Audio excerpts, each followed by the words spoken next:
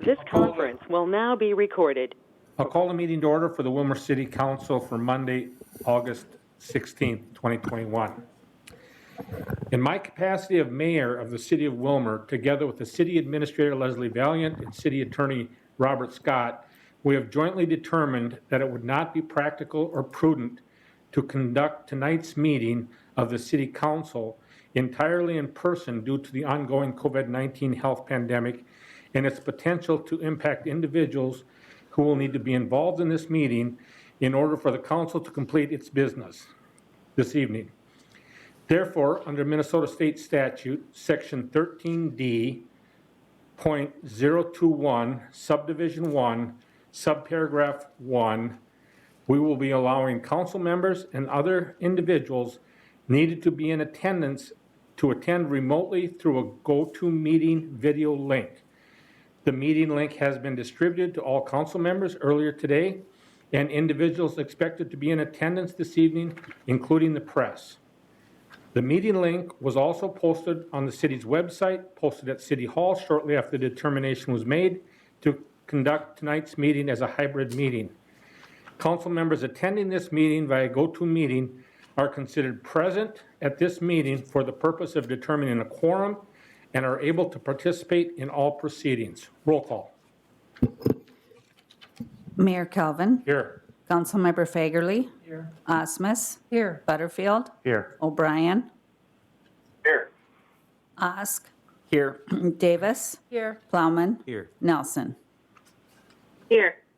9 present, 0 absent. Those in attendance, please stand for the Pledge of Allegiance.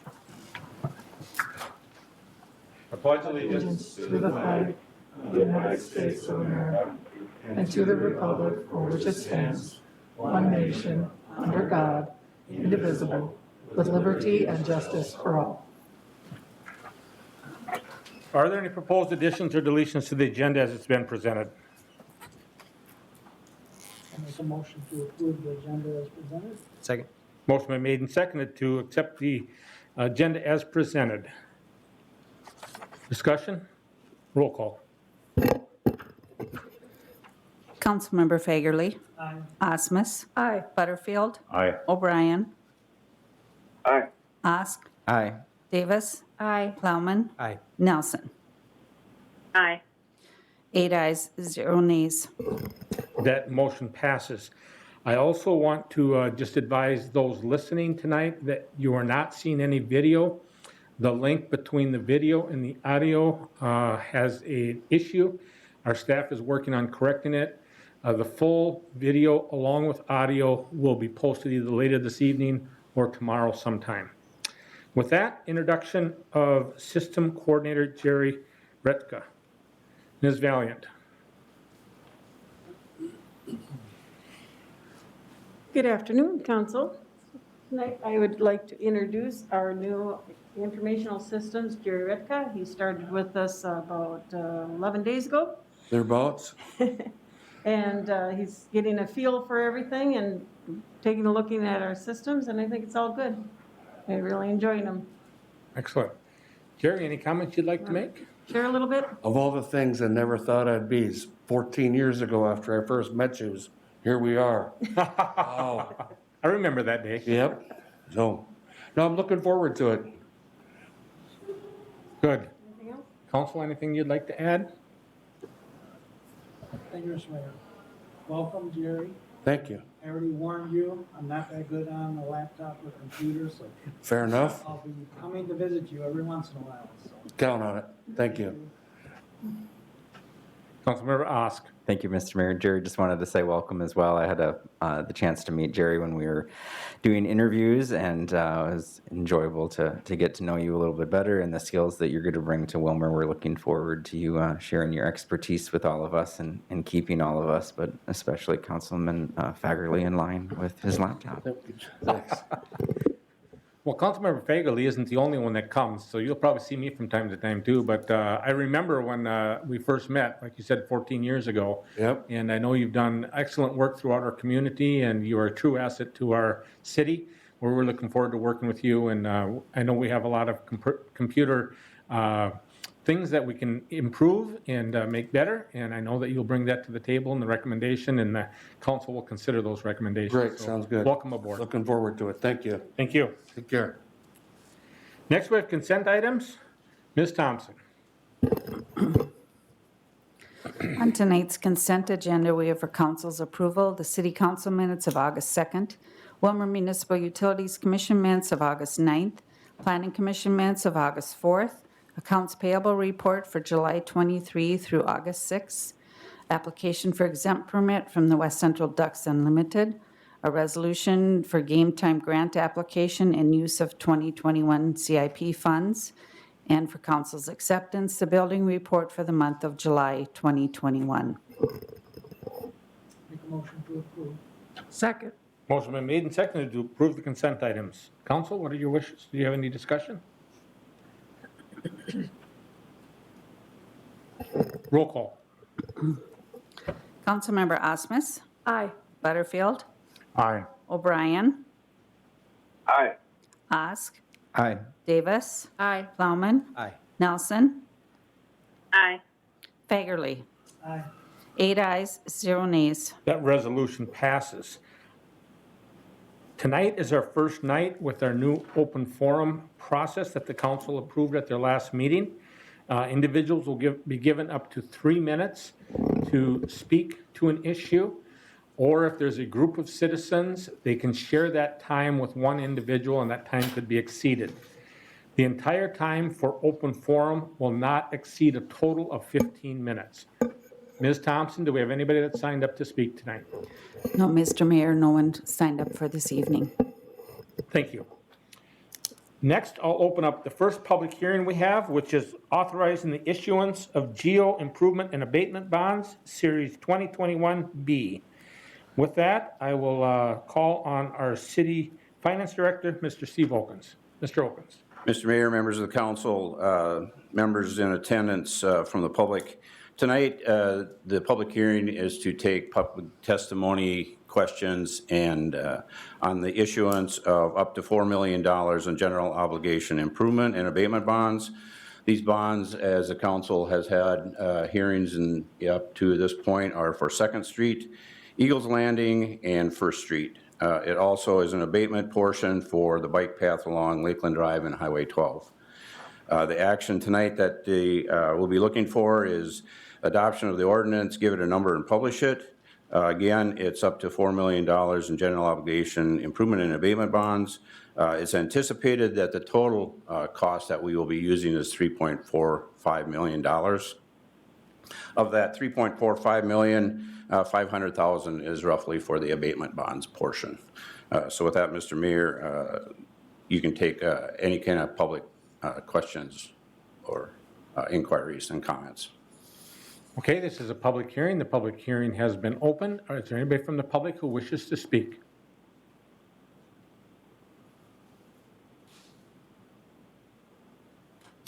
Seeing and hearing none, I will close the public hearing and bring it to the City Council. Council, what are your wishes?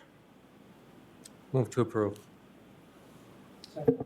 Motion made and approved to approve an ordinance authorizing the issuance of geo improvement and abatement bonds, Series 2021B, adopt, assign a number, and publish. Discussion. Roll call. Councilmember Butterfield, Aye. O'Brien, Osk, Aye. Davis, Aye. Plowman, Aye. Nelson, Aye. Fagerly, Aye. Osmus. Aye. 8 ayes, 0 nays. That resolution passes. Next, I'll open a public hearing authorizing the issuance of 16 million geo sales tax revenue bonds, Series 2021C. Again, I'll open that public hearing, turn it over to City Finance Director, Mr. Okens. Again, Mr. Mayor, members of the council, and public in attendance, this hearing is to gather public input and ask any questions in the regards to the issuance of $16 million of general obligation sales tax revenue bonds.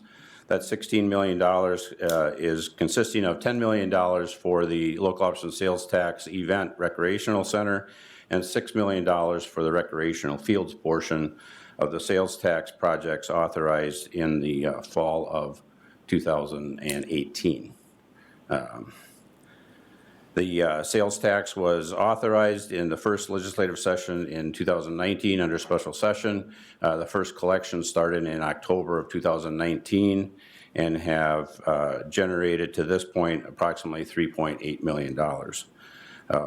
The sales tax revenue bonds, as you have before them here, are 2021C.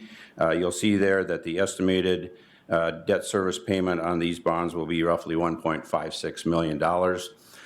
The bond consultant, again, apologizes for not being here tonight due to the remote accessibility and going back.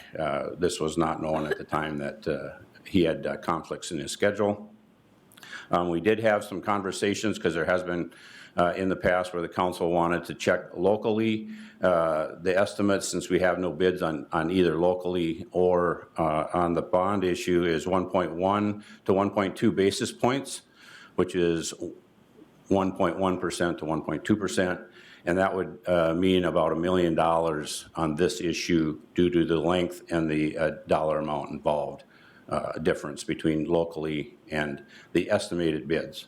So with that, Mr. Mayor, I'll be able to answer any questions or if you want to take public testimony. At this point, I'll ask for public testimony on the issue in regards to the issuance of $16 million geotax sales tax revenue bonds. Anybody from the public who wishes to speak?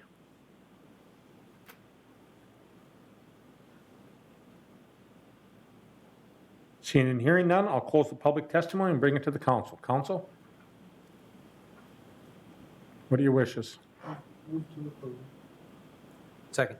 Motion been made and seconded to approve an ordinance authorizing the issuance of 16 million geo sales tax revenue bonds. We will have the motion to adopt, assign a number, and publish. Council discussion.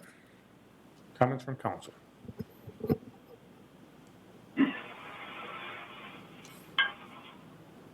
Roll call. Councilmember O'Brien. Aye. Osk. Aye. Davis. Aye. Plowman. Aye. Nelson. Aye. Fagerly.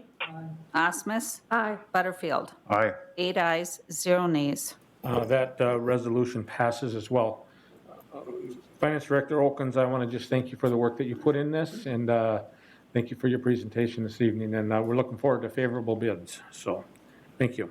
Next, we have a consideration of installation of City Commission sculpture in the public right-of-way, and I will call on our Main Street Willmar coordinator.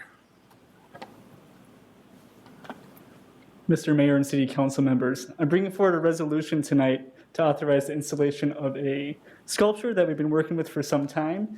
And it's certainly a project that everyone involved is very excited about and look forward to discussing it. So in fall 2020, James Church was commissioned to create a sculpture that commemorated the welcoming resolution that was passed recently, and that was funded by Blue Cross Blue Shield. So that piece that's really neat is titled Out of Many. It's a 6.5-foot tall bronze and steel sculpture. It depicts a robed person standing with welcoming arms. So after looking at a few different locations, a Main Street subcommittee in conjunction with the artist and in conjunction with city staff recommended a site on the South Boulevard of Becker Avenue Southwest, close to the intersection of Becker and 3rd.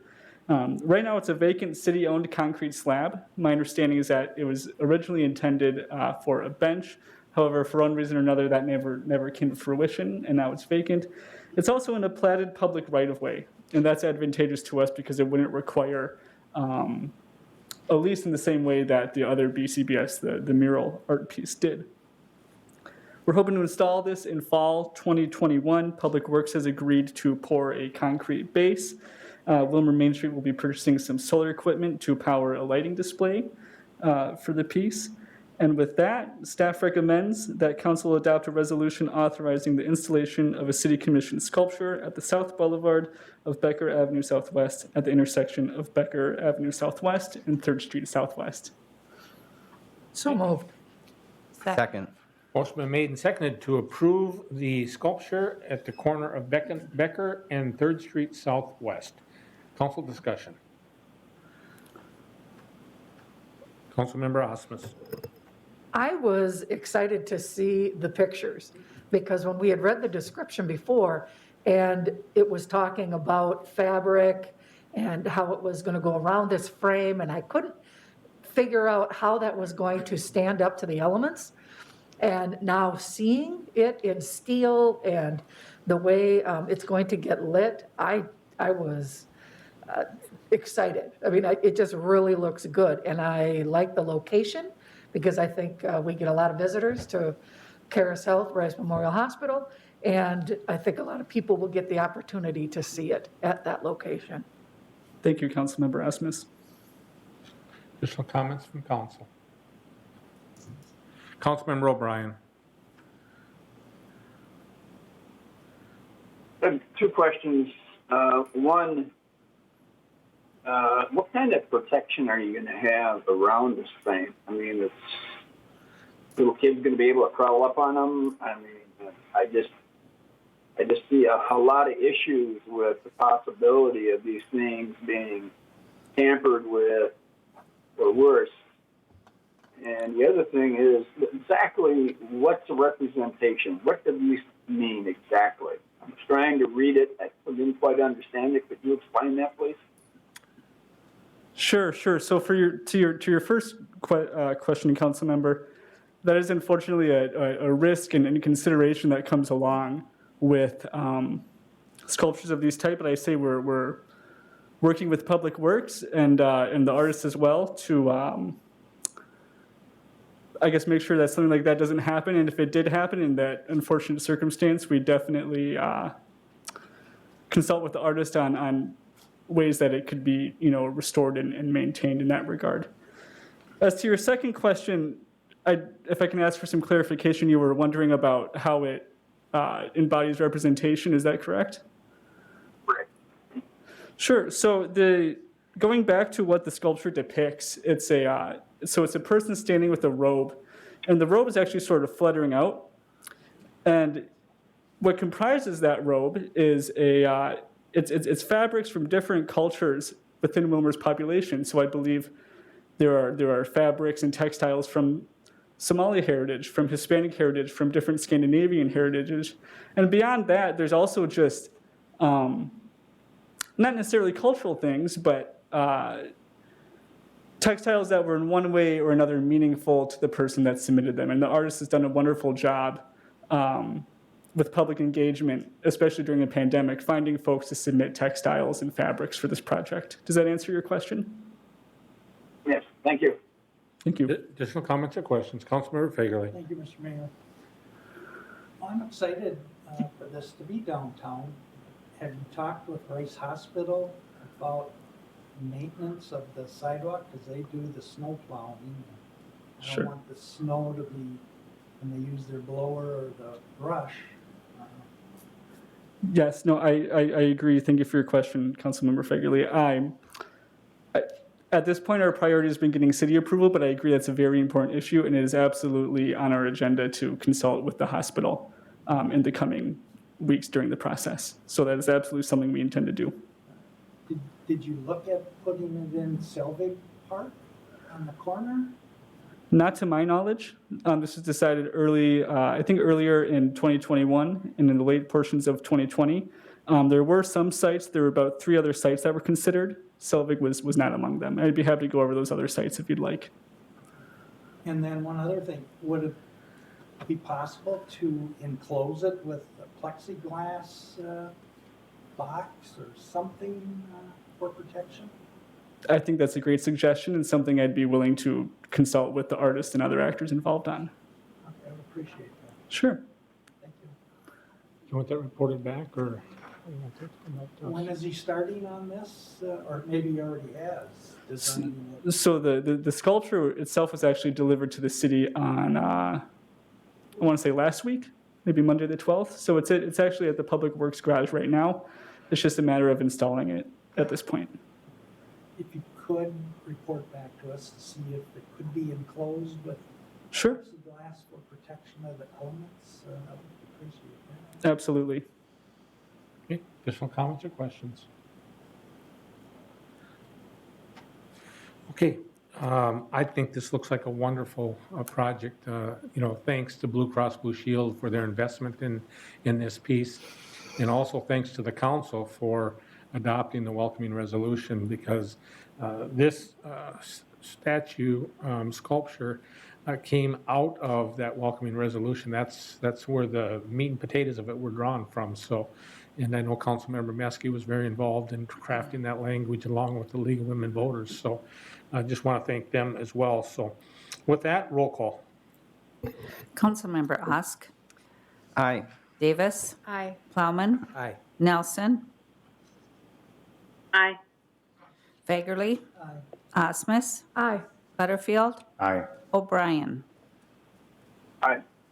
8 ayes, 0 nays. That resolution passes. Willard, thank you for your work on that. Very nice project, very nice presentation. Thank you. Next, we have a consideration for a site location and preliminary design for the future Glacial Ridge Curling Facility. Mr. Baumgart. Mayor, member of the council, tonight we get to talk a little bit about the curling facility, and the recommended action tonight will do adopt a resolution to approve the site location and accept the preliminary design of the Glacial Ridge Curling Center at the Willmar Civic Center location from Nagan and Associates, and direct staff to meet with the Glacial Ridge Curling to seek an agreement on the final design as defined in the built to lease agreement. This is a long time coming for the curling club. I'm proud to say that we're got a design and everything for them. I know we have members of the curling club here. They can answer questions about the design of the facility. But right now, we've got a site location west of the Civic Center and the Event Center location. We've worked to make sure that it all works in together and everything. A big thing with this, voting for this to be approved tonight, is for them to be able to start their fundraising campaign for their facility. So I'll open it up for questions for myself and the members of the curling club. Rob, thank you for your overview of the consideration in front of the council for this evening. Are there members of the council who wish to speak to the issue? Councilmember Osmus. I just wanted to point out that in the discussions about the drawings that were included in the packet, that just so that everybody's aware that the color scheme is going to match exactly what's on the Civic Center and the Event Center. And so all of these buildings are cohesive and will all look great out at that location. That's correct. LSE and Lon Nagan have been working on the color schemes to make sure everything is cosmetically eye-appealing out there. Additional comments or questions? Okay, doesn't appear to be a lot of questions, so I guess we'll go to roll call. You want a motion first? Oh, that'd be great. I will make that motion. Second. Motion's been made and seconded. Sorry, got ahead of myself. Additional discussion. Roll call. Councilmember Davis, Aye. Plowman, Aye. Nelson, Aye. Fagerly, Aye. Osmus, Aye. Butterfield, Aye. O'Brien. O'Brien, Aye. Osk. Aye. 8 ayes, 0 nays. That resolution passes as well. Thank you, Rob, for your presentation. Thanks for your work on this as well. Willmar Curlers, thank you for all of your work, and thank you for sticking with us through this whole process. And you were looking forward to this action tonight, and I think we've taken it to the next step. So good luck in your fundraising as you go forward, and this will be a great addition to our complex out there. So thank you for your work. Appreciate it. Next, we have the sale of land in the industrial park to a development and construction company, RDC National Incorporated. Mr. Backman, the director of the EDC. Good evening. Aaron Backman, Executive Director of the EDC. Over the past 7 months, the EDC and the city's Planning and Development Department have been working on a large distribution center project. We have interacted regularly with CBRE, a national real estate company acting as the site selector. The client has authorized the project. The end user has hired Rudebush Development and Construction based in Madison, Wisconsin, as the preferred developer for this 24/7, 365 facility. It is a build-to-suit building that will be approximately 217,000 square feet in size. The developer would like to be moving dirt by September 23rd, plus or minus. With me tonight is Carl Rudebusch, off to my right here. He and his wife, Deb, traveled 6 hours to get here from Wisconsin. And we are delighted to have him attend this evening and make the trek over here. Tonight, the Willmar City Council will consider several steps related to this project. This really represents the kickoff of actions that you will see over the next 45 days. Amongst the actions tonight are several related to the sale of the land in the Willmar Industrial Park. Staff is recommending approval of these by the City Council. An ordinance authorizing the sale of real property to RDC National, Inc., a summary publication of the City of Willmar Ordinance, a resolution adopting the land purchase agreement with Rudebusch Development and Construction, or RDC, and a resolution adopting the temporary license agreement for site preparation by RDC, or an early access agreement. The ordinance authorizing the land sale finds that this action is in the best interest of the city, as it will be creating development in the Willmar Industrial Park, creating jobs, and adding tax base to the city. The sale encompasses 11 lots in the 4th edition, 6.3 acres of unplatted land and a portion of 32nd Street Southwest between Trott and Willmar Avenue. So we are introducing the ordinance authorizing the land sale and setting a public hearing at the next council meeting. My thinking is that the ordinance would be published no later than August 28th. The ordinance would take effect after its adoption and second publication. So at this time, what I would like to do is walk through the commercial real estate, commercial property purchase agreement. And I will highlight some things here. And you have this in your packet. The purchase agreement is between RDC National and the City of Willmar. City of Willmar obviously is the seller, RDC is the buyer. Approximately 24.84 acres of platted land in the Willmar Industrial Park 4th edition, described in Exhibit A, that is Block 2, lots 1 through 3, Block 3, lots 1 through 8. And together with approximately 6.3 acres of unplatted land immediately to the west, described in Exhibit C, and also including a portion of 32nd Street Southwest between Trott and Willmar, as I mentioned. The buyer desires to acquire from the seller the entirety of the property. Seller is willing to sell its interest in the property as is, according to the agreement. Buyer agrees to purchase and the seller agrees to sell the property under the terms set forth in the agreement. The purchase price for the property is $699,750. $10,000 would be earnest money. The balance would be due at closing. Seller agrees to quitclaim the property to buyer on the closing date, and a buyer agrees to accept the condition of the property as is, subject to terms and conditions. Seller's conveyance shall be subject to the following interests.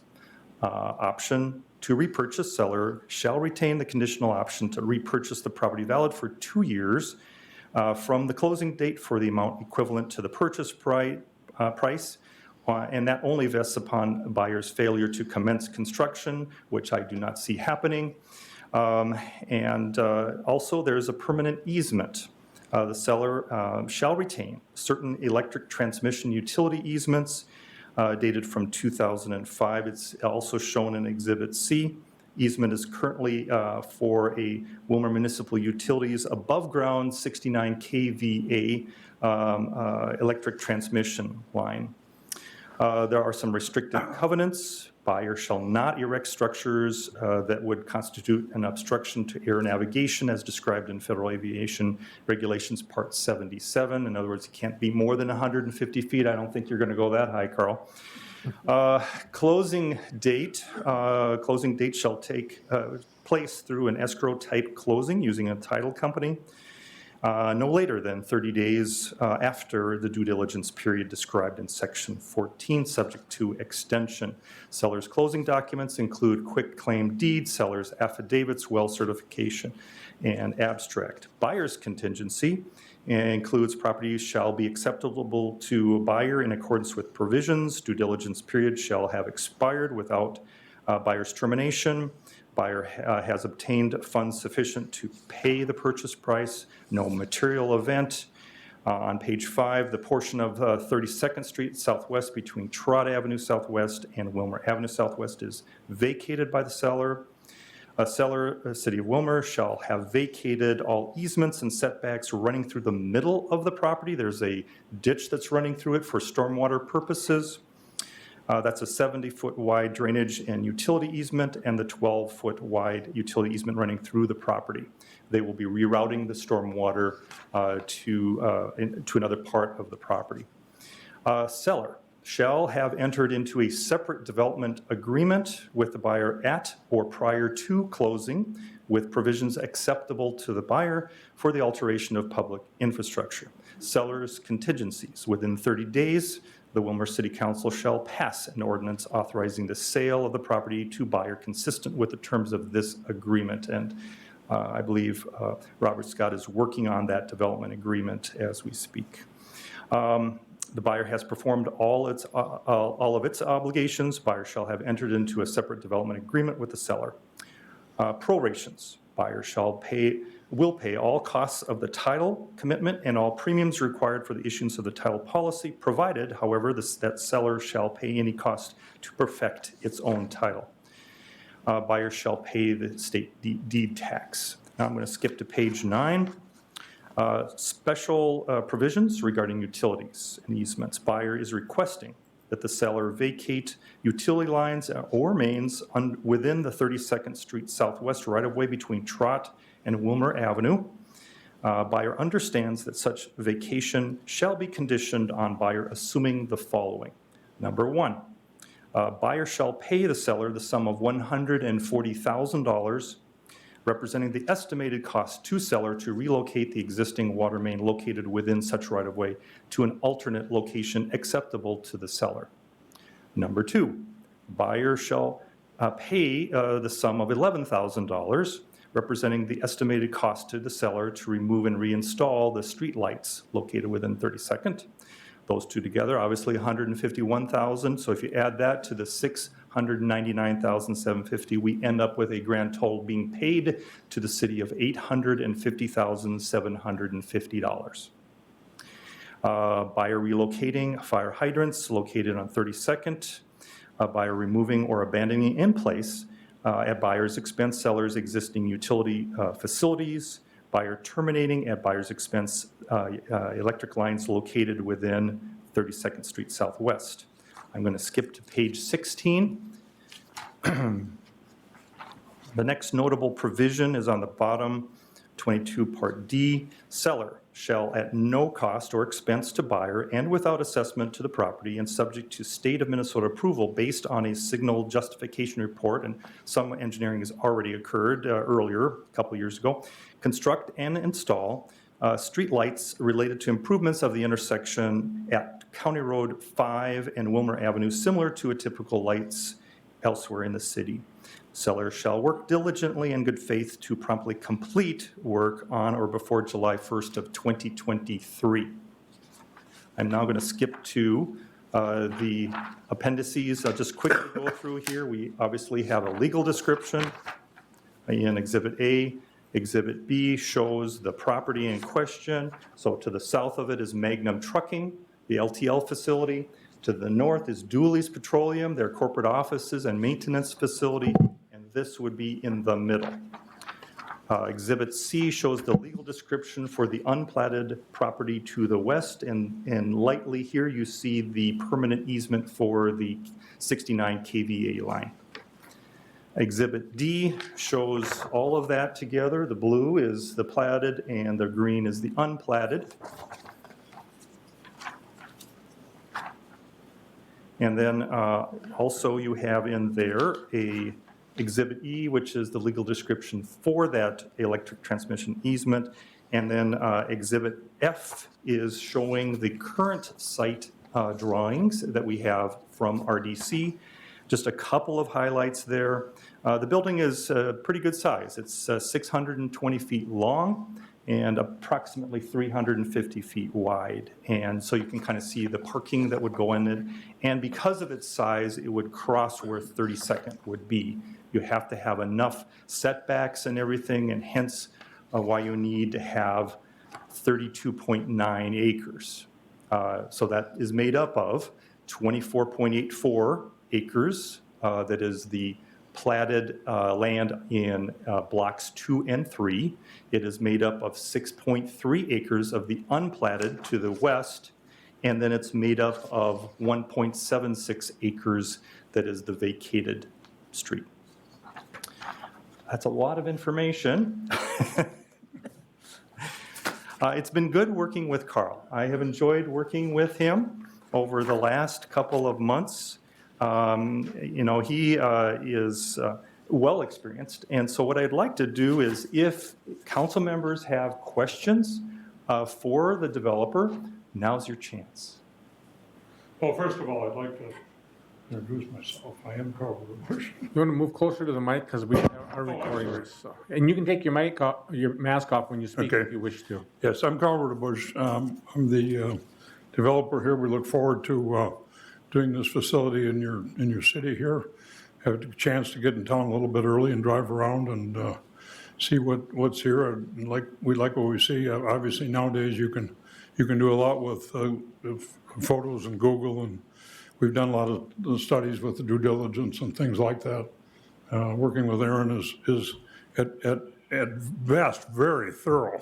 you might guess. And working with Mr. Scott, the same. So you guys should be very proud of working with him. And this is my wife, Deb. I think we introduced her before. So mainly, you know, we've done a number of these kind of facilities around the country. We've done in excess of 80 of them around the United States and Canada. So we're well experienced in that. But I'm really here to meet you and have you meet me. And everybody likes to put a face with a project. And we're always available to anybody that wants anything. But I'm really here to answer your questions, anything I can. There's the one thing I can answer, which you probably already know the answer to, but I just can't publicly answer it. So. Well, thank you for making the long drive over to Willmar. That's come from the Madison area, is that right? We're from Madison, yes. Madison, Wisconsin, right. Well, welcome to Willmar, and we're glad that you like what you see. I'm sure you liked our census report that came out that showed us I heard 21,000 people. Congratulations, by the way. That's very good news, and obviously brings a lot of people that can help you out your system too. So, council questions for Mr. And I'm going to kill your name. I'm bad at names. Rudebush. Rudebush? Yep. Mr. Rudebush. Councilmember Plowman. Thank you, Mr. Mayor. Not so much a question, but just some comments. First of all, thank you for being here. Thank you for making the trip. Thank you for taking the time to research Willmar and to ultimately make the decision to come here. I remember 6-7 years probably just after we started, all the dirt that was moving out in this area, which used to be our former airport. And my kids were excited with all the dirt moving around, but back then it was a vision.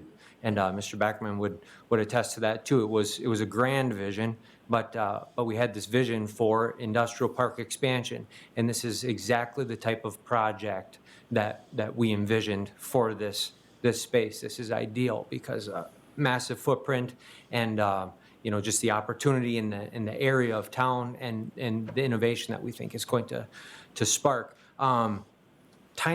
Tiny question, and I'm fully supportive 110% of this, but just a little bit curious. The additional 6 acres on the very west end that was mentioned, is that a necessary requirement, or is that green space for aesthetics, or what is the intended purpose of that? We felt that there's always a possibility that everybody never builds big enough. And so when this came up in talking with Aaron as a possibility, we looked at it, even though it's got some restrictions to it in the sense that it's got a power line there and some easements and things like that. It still offers us some additional land that can give us some expansion, if you want to say, right to the property line. And there's some area behind it, if we needed some additional parking, beyond the power or under the power, we could get some parking. And so we wanted to just hedge our bets a little there and make sure we had that available in the future. I've been doing this for a lot of years, and a lot of mistakes have been made because somebody didn't buy that extra couple of feet, so to speak. And when we had the opportunity, we want to take advantage of it. Well, it seems like some great forethought. And yeah, again, happy to see this project here and happy to be able to take part in seeing it through fruition. So thank you. Yeah. Councilmember Fagerly. Thank you, Mr. Mayor. Welcome to Willmar. Looking forward to this Thank you. project. I'll make a motion to set a public hearing for September 7th. Second. Motion been made and seconded to set a public hearing for the land sale for September 7th. Additional discussion. Roll call. Oh, hold on a minute, just a minute. Councilmember O'Brien.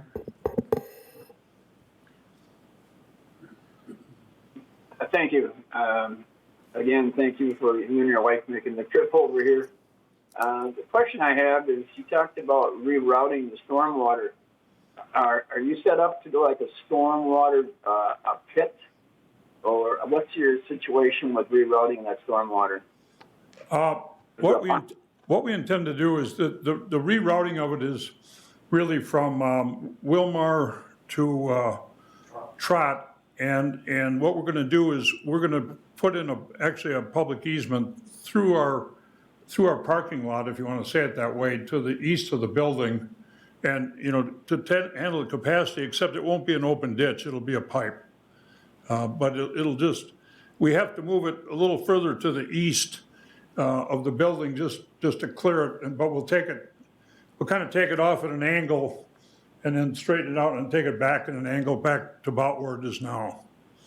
But it needs a little more engineering, but basically it'll be done with a buried pipe, or maybe it's going to be two. I'm not sure what the capacity is yet, but the engineers will tell us that. And I think that's taken into account in the PSA document. It's just a matter of working it through. All right, thank you. Additional comments or questions from council? Roll call. Councilmember Plowman, Aye. Nelson, Aye. Fagerly, Osmus, Aye. Butterfield, Aye. O'Brien, Aye. Osk, Aye. Davis. Aye. 8 ayes, 0 nays. That resolution passes. Next, we're looking to publish the ordinance by summary. So moved. Second. Motion been made and seconded to publish the ordinance by summary. Discussion. Roll call. Councilmember Nelson, Aye. Fagerly, Osmus, Aye. Butterfield, Aye. O'Brien, Aye. Osk, Aye. Davis, Aye. Plowman. Aye. 8 ayes, 0 nays. That resolution passes as well. Next is a resolution to approve temporary license agreement for site preparation. We want you to start moving dirt as soon as you possibly can, so I will make that motion. Second. Motion been made and seconded. Discussion from council.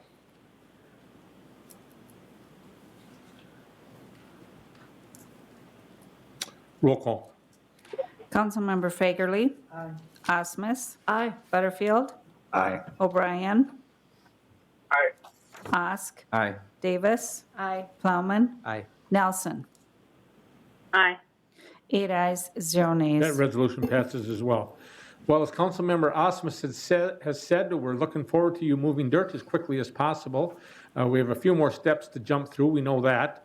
But as you've said, if you've done well over 80 of these, you know the political process takes some time. So we thank you for your commitment to Willmar. Thank you for what you do.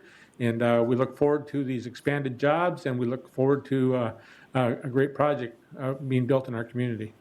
Well, we intend to see the course, and all things being equal, it looks like we're going to be moving dirt sometime between the 23rd and the 27th is our goal right now.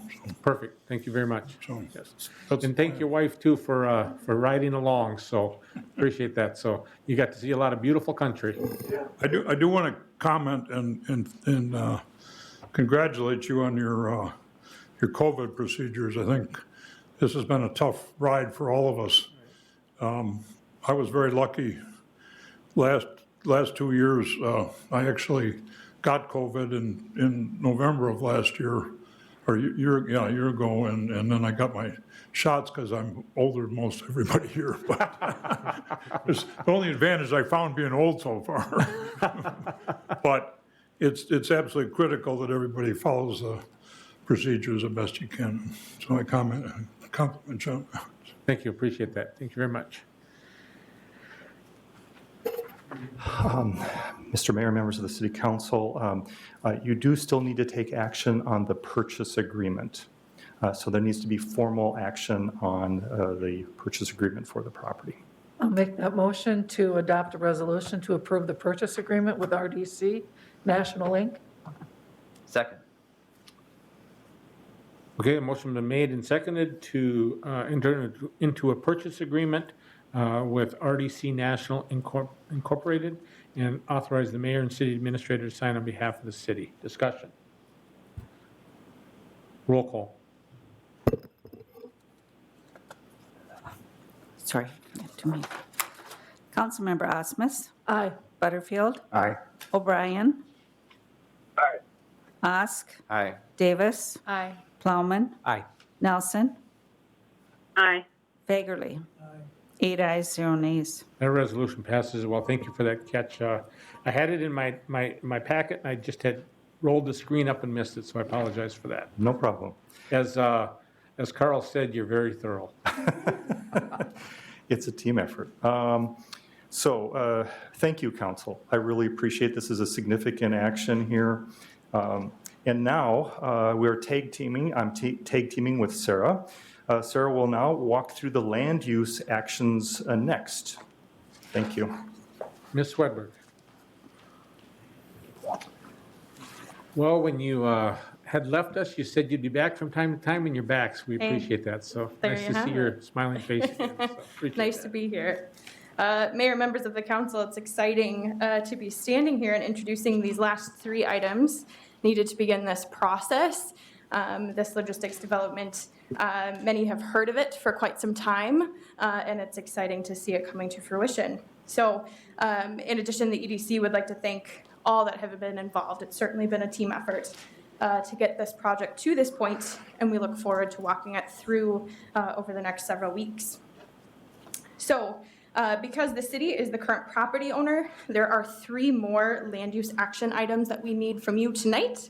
The first will be to adopt a resolution in support of the RDC National Inc.'s major subdivision application to replat multiple parcels into a single lot. Next, we'll need a motion to adopt a resolution to support, in support of RDC National's application to rezone the 6.3 acres of old airport site from government institution to I-2 heavy industrial.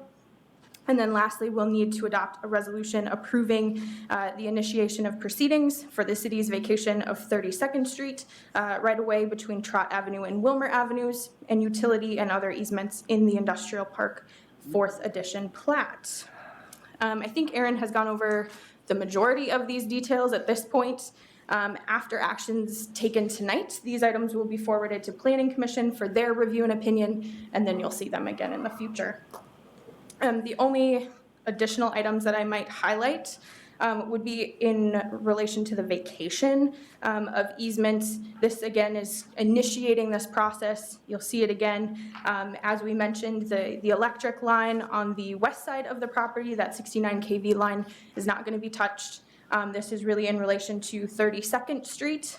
And then the water and storm sewer easements that are in 32nd Street, as well as that storm water ditch we were talking about earlier. And most of that will also be covered, if they're replaced, will be covered in the final plat or the major subdivision process. With that, I will pass it back to you. Okay, council, what are your wishes? We'll start with a motion to adopt a resolution in support of RDC National Inc.'s major subdivision application to replat multiple parcels into a single lot. Second. Motion been made and seconded to support an application to replat multiple parcels into a single lot. Council discussion.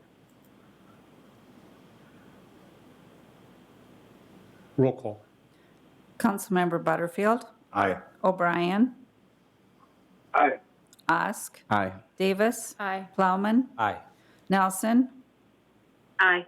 Fagerly, Osmus. Aye. 8 ayes, 0 nays. That resolution passes. Next, looking for a motion to introduce a resolution to support application to rezone 6.3 acres from GI, government institution, G to I. and then to I2, general industrial. Okay, for what she said. Second. Okay, so we've got a motion that's been made and seconded to support the application for rezoning of the 6.3 acres. Discussion. Roll call. Councilmember O'Brien, Aye. Osk, Aye. Davis, Aye. Plowman, Aye. Nelson, Aye.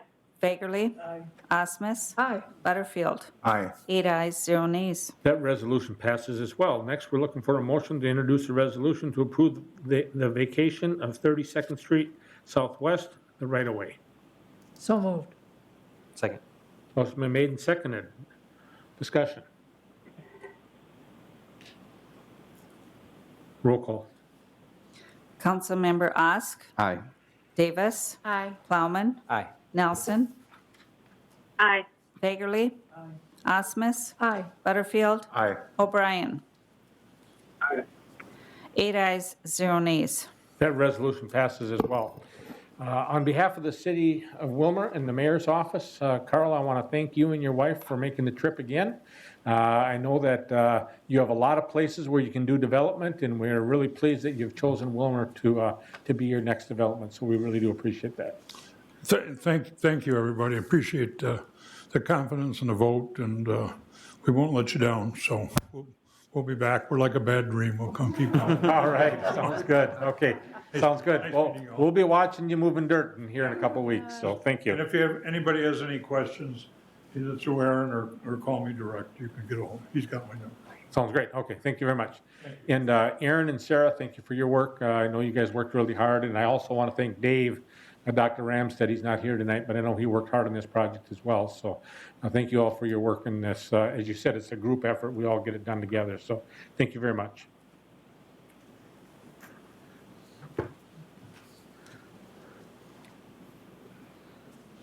Okay, the next item on our agenda is to hear from our interim Public Works Director, Mr. Manzer, and to talk about the street improvement pavement life cycle. And this will be a tag team effort, I believe, between Ms. Valiant and Mr. Manzer. So, Mr. Manzer, you can start us off? Okay, good evening, Mayor and members of council. Thank you for giving us the opportunity to present some history and valid information in regards to our street program as we move ahead. As you're well aware, we all get a lot of conversations from the general public about street condition, potholes and whatnot. And I can honestly say that that's probably the number one call that I get to my office is about street condition, potholes and repair. And sometimes I think my name is wrote right under that pothole because they seem to find me. Another call I get quite frequently is when people are looking for homes and they're saying, hey, I'm looking at a home on XYZ street. What's the plan for that street in years to come? Is there a plan for that to be reconstructed and stuff? So those are some issues that I think as a city we need to address and come up with a long-range plan. And so in doing that, I thought we were gonna have a PowerPoint, but you've got this in front of you. There's a graph that represents the street mileage over the last 100 years.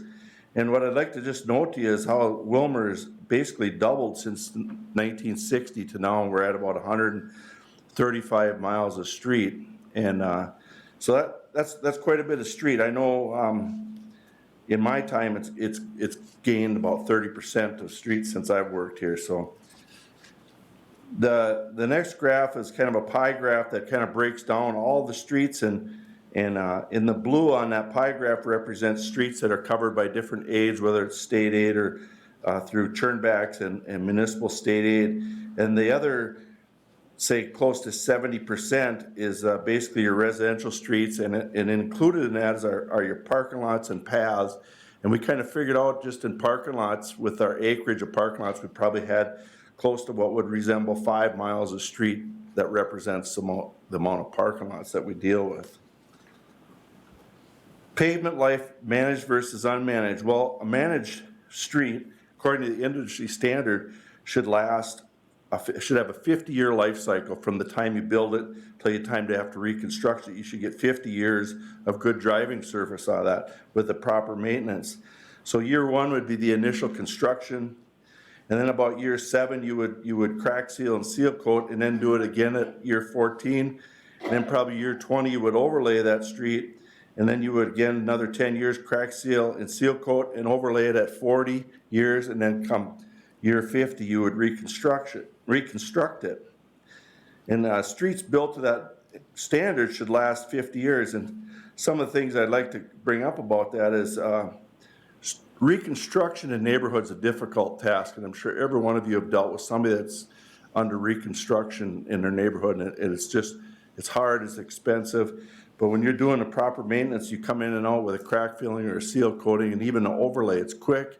You're in and out, people are able to get to the properties, and you have a better driving surface, throughout that 50-year span. We have not been able to keep up with that, and what we're doing is getting initial construction, and 20 years later, 20 to 30 years later, we're looking at reconstructing it. One of those is an example we're doing this year up in Eagles Landing. I think that's right around 30 years or a little bit less, and we're reconstructing that street. Managed pavement schedule based on city's mileage, we would probably have to do annually 2.69 miles of reconstruction each year. Right now, over the last 5 years, we've averaged about 0.74 miles of reconstruction. We should be probably overlaying based on our mileage about 5.5 miles each year. Over the last 5 years, we've done about 1.75 miles each year of overlaying. We should crack seal, and seal coat about 8 miles a year.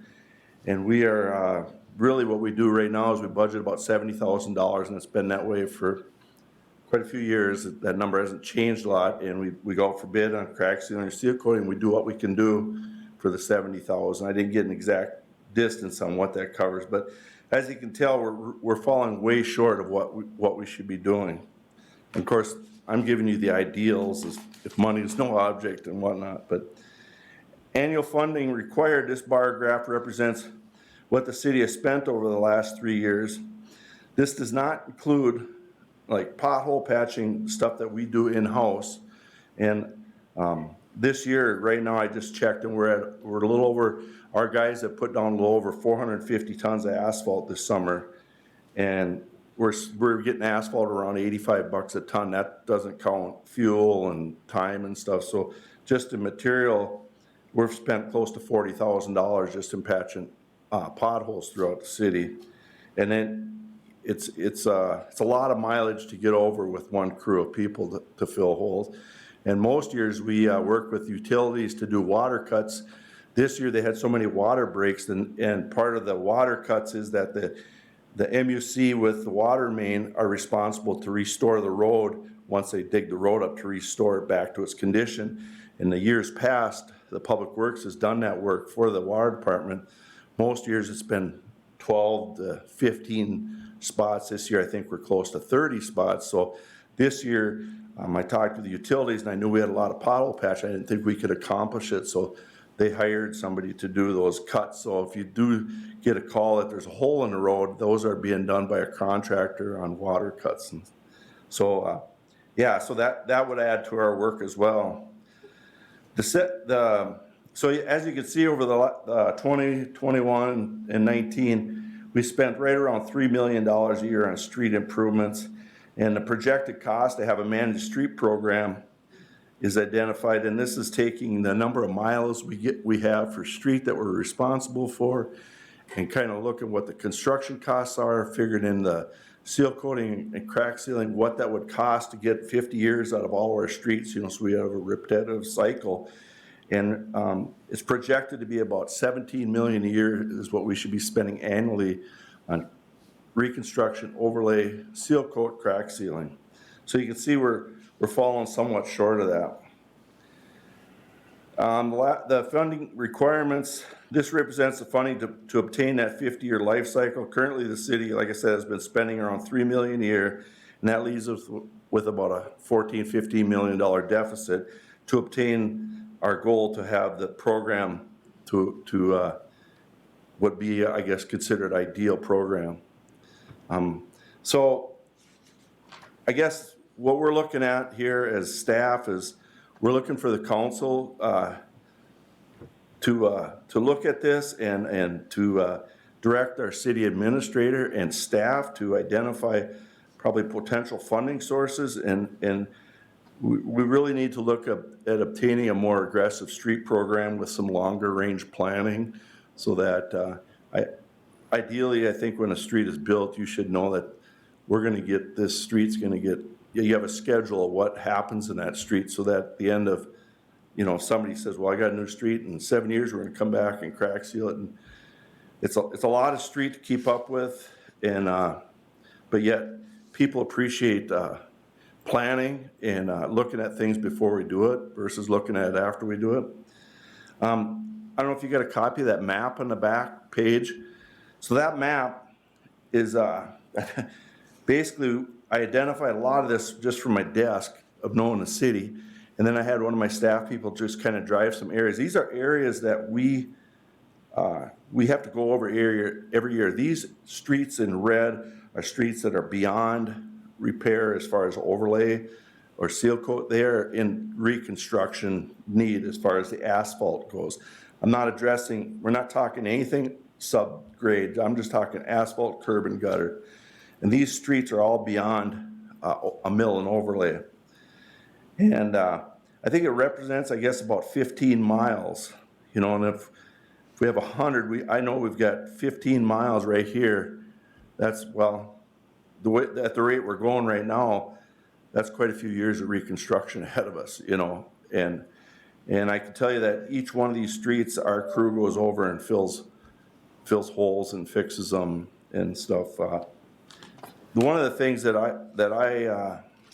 I see, I'm there every day, but I really see things is when I go for a bicycle ride in this city and I drive down the road and I look at I get a finer look at what the conditions or some things are and the catch basins and stuff. And I guess, you know, on a brighter note, there's a lot of good things. They just finished paving the west side of First Street between Willmar Avenue and they're going to, and Willmar 19th, and they're going to switch the traffic over to the east side. So I really feel good that project's moving along pretty good. I know they're doing some storm sewer work up in Eagles Landing, and that's, I think, going quite well. We had a few hiccups on some driveways, but I think we've communicated with the people and we've ironed those things out. I think people have been real receptive to us communicating with them. I guess one of the things I found out is that we really need to be on the forefront communicating with people so they know what's going on and they feel like they have a little stake in the matter. So it's gone well. Second Street's, we're working through that a little bit, and it's coming. It's going to move in the right direction, and I feel good about that. So I guess the other thing I'd say is that if I had another recommendation, I'd say if the council ever wanted to get on a bus and just, I could drive you down some of these streets, because I think these are streets that normally people don't drive down, but yet people live on them. There's people that drive them every day, but you know, maybe not, they're the more residential type streets. And so I guess I'd stand for any questions if you have any questions for me. Gary, I want to commend you and your staff. When I had a conversation with Mr. Herron as our interim administrator, and I said, you know, is there any way we can get this done in front of the council? And he said, yeah, with the staff that you have, and with you working on that, he was very confident. And even before talking to you, I think that Mr. Olkins was there as well. He really talked about the fact that you could bring back a comprehensive view. I think that this work isn't easy. This isn't what we probably want to hear. but the money that we've been putting in the street budget also is unsustainable the way we're doing it. You know, I've spent down, or I've recommended the council spend down a lot of the extra funds that they've had over the years, and we've spent those down, as you can see on the numbers. And number of years we had increased dollars going to street improvements, and we don't solve the problem by not talking about it. We solve the problem by talking about it. We have 9 smart people here, and we have a ton of smart staff that can get their arms around this. So I commend you for the work that you've done. When I look at this map that's got all the red lines on it, it's scary to me. But with that, I've got a lot more I want to say, and I'm going to say before the end of the night. But I'd like council to hear what council has to say. So council members, Councilmember Butterfield. I just gonna make one comment quick though. I got a lot of, you give me a lot of credit for this, but there's some people behind the scenes like Steve and Leslie, and there was a lot of heads put together, and I just got to be the spokesperson, so I got to carry it here. But the Kelsey and Tyler put a lot of work, and they came up with the numbers, and Jared Vogie also has been sitting in it. It's been a real pleasure working with him on this too. So it's gone well. It's a lot of smart people putting their heads together. So Correct. Yeah, and I know that, and I was trying to acknowledge that. Yep. I wanted to specifically, towards the end of it, to point out Tyler and the work that he's done on this. I know he's done a lot of work. So, Mr. Butterfield. Yeah, this was a nice little coincidence. I just talked to Leslie the other week about Ward 4 with Ann, Charlotte, Julie, Augusta, Irene, 11th Avenue with all the major potholes there. And I let our mayor know the other day, I noticed you guys are out there filling them up. I mean, I really appreciate it. Those ones were pretty bad. I mean, I'm surprised that the city wasn't getting called on that every day on how bad those potholes were over there. yeah, I tell you, the thing is, like, we're doing 2nd Street, and I think we filled potholes since my first day with the city on 2nd Street. So, I mean, that's been a street that's like, okay, we got to go get this because it's traveled so much, you know. And this year we kind of stayed away from it because we knew we didn't want to throw a bunch of money at it when it's going to just get dug up, you know. But yeah, there's those reoccurring streets. I mean, I could name them all off the top of my head. We have one crew out there doing that, and it takes about 8 of us to go around by the time you roll it and, you know, do it. And we just keep chugging away at it. And of course, we're at the mercy of when we can get asphalt too. Sometimes we've traveled as far as Glenwood to get it. It's really handy. We can get it right up the road when Dunix is doing it. So we try to coordinate when Dunix is doing their work so we can buy the mix from them. And we get about 98% of it from them, but sometimes we do have to travel a ways, and that really cuts your production on when you're running, you know, a couple hours just to get a load of mix. So, Councilmember Plowman. Thank you, Mr. Mayor. Thank you, Mr. Manzer, for presenting this tonight. This is no small task to tackle. The infrastructure of our city is kind of the nuts and bolts of the city, and it's easy for us. I think we've done a lot of fantastic things in the city as an elected body and as an organization. We've done a lot of fantastic things, taken on a lot of projects in the city, and the projects are all going well, but I think it would be prudent for us to take a really solid, hard look at this, and then take a look in the mirror. And that is, you know, we can afford only so much. The money only goes so far. And I think this identifies, you know, just like you said, in an ideal world, how much money this would actually cost. And that's unattainable at the time. But I think the message that we can all extrapolate from that is we got to do something. And unless we make forward progress, we're going to continually be moving backwards. And so I don't know what the magic number is, but I'm a little bit humbled by the report, but I also trust that we have the right people in place to help us identify, okay, we can't get to that ideal number, but there's got to be things that we can do. And there's got to be things that we can do that are better than the things that we have done in the past, and we can continue to improve and build upon that. So I'm fully supportive of this, and I'm going to be supportive in the future of taking a look at the recommendations that are made and trying to really spearhead and tackle this, because there's a lot of people in town that, you know, we have there's different segments of the community and the population that we've taken a look at this project, and we've focused in on that for a certain amount of time, and we do this and that and this and that, but the one thing that isn't going away is this, and it's not going away. It's growing, and so we don't have a choice. We have to address it, and I think, you know, our average citizen, you know, the vast majority of them commute. So we all use these roads and streets, and this is where we live.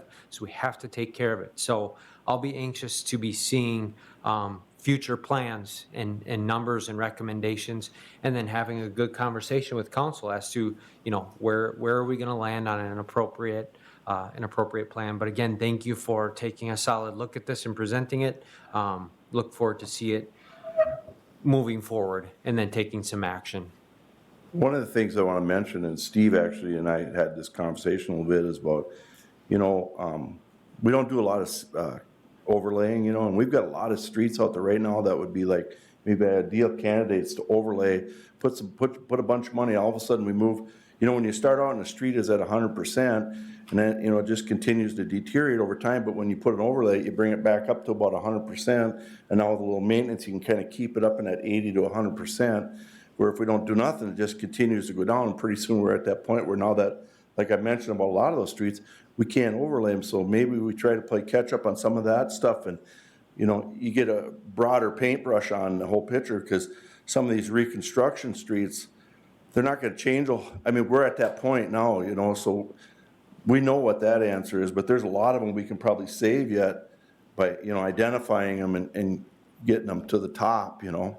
So there's a lot of things, and there's a lot of smart people that are involved with this that, you know, come up with a good plan. Ideally would be the amount of money to spend in, you know, in a perfect world. I told you the number, what it was, but it's 14 million, but we obviously know that we just got to get more than what we're doing now.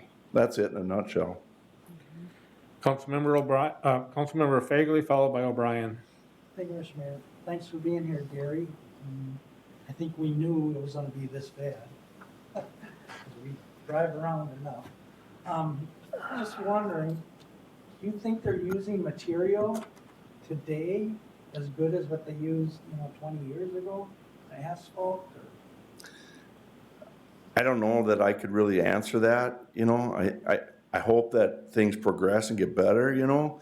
I know over the years with what we're patching, we used to use a lot of recycled mix for some of our street patching. It wasn't as nice as some of the stuff we're using now. So I look at the recycled mix we used years ago to what we're using now. It's a lot better product.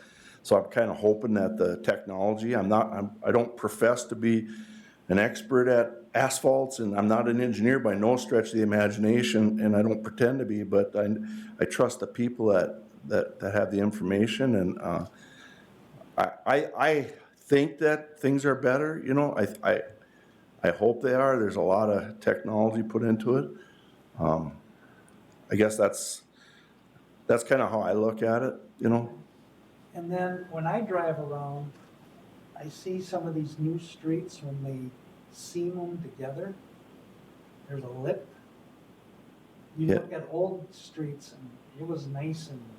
That would be something that we should look at, because I did some conversation with Mel Odens about this, and I was talking to Mel because what I see happen is wherever they run a mat together, like the paver and then the next joint, that's where you lose.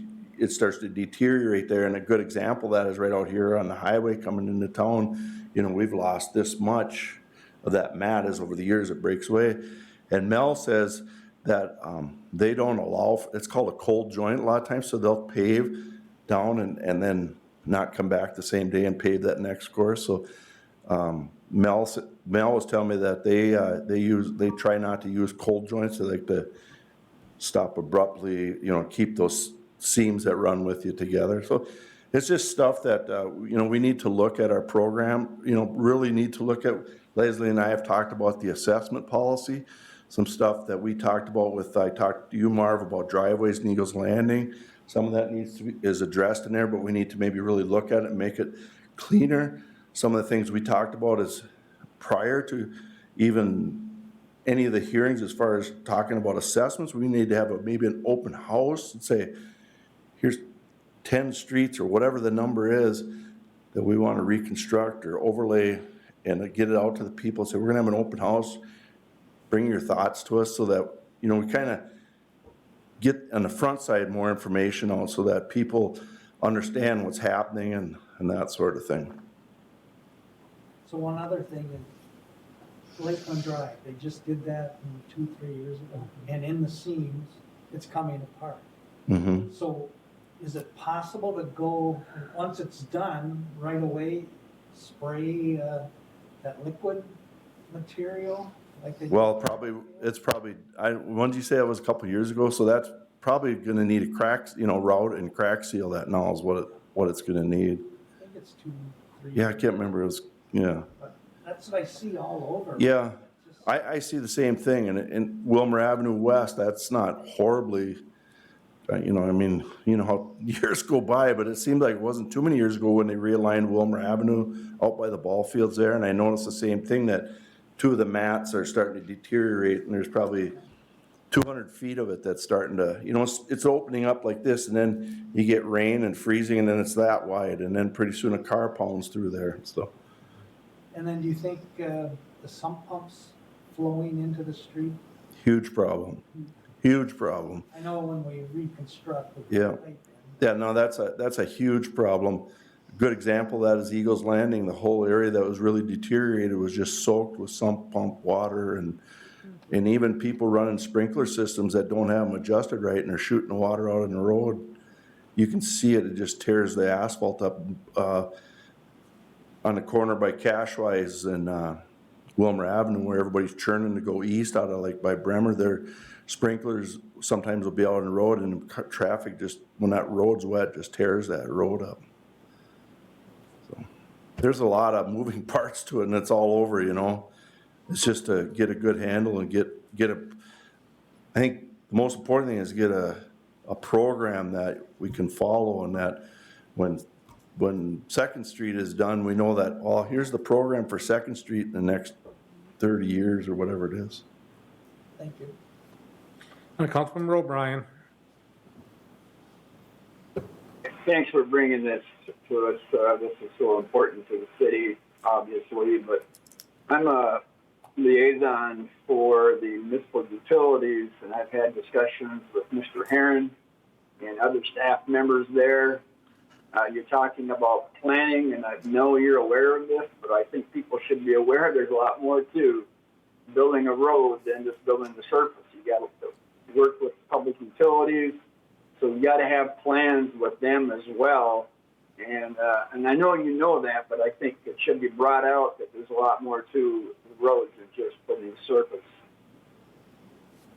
I know in that map that I identified with those streets, I gave that to Tyler, and him and Alan Neer sat down and went through, they dated, so all that roadway that's on that map, they went through and they've got a spreadsheet of the age of the sewer, the age of the water main, and when that was put in and how many breaks are in that area. And honestly, the driving force in a lot of reconstruction is either storm sewer or sanitary water main, not necessarily the asphalt all the time. Thank you. Councilmember Plowman. Thank you, Mr. Mayor. Just one quick thing. Councilmember Fagerly jogged my memory in speaking about sump pumps, and you said that's a major problem. But I will identify. I've been contacted by a few people in Eagles Landing. They're so pleased and so happy with the fact that now during this project, and kudos to your department. And the city for the communication aspect. You said the communication piece is so important. Well, it really is, because there's all these people that are now more than willing and happy to have something to hook their sump into. And that's not possible unless we actually, we have to have the pipe there, first of all, but then people have to know that that is available and it's a possibility. Because I remember 12 years ago, after I built my home, myself nor any of my neighbors knew that there was even a pipe there, and there was a pipe behind the curb, in the setback, sitting there, ready and willing to accept our sump pumps. And I had to do an awful lot of digging to find it, but I found it. And once I found it, all my neighbors said, you know, we all talked, and everybody got their sumps hooked in there as well. So that communication piece at when at the opportune time, that's a huge thing. So it's commendable to your department, and thank you for identifying that communication piece. That's important. Well, as I said, I have a few more comments I'd like to make. First off, I'd like to thank the engineering department. The engineering department had a full plate when they were, I'm sorry, I forgot to call on Councilmember Nelson. Councilmember Nelson.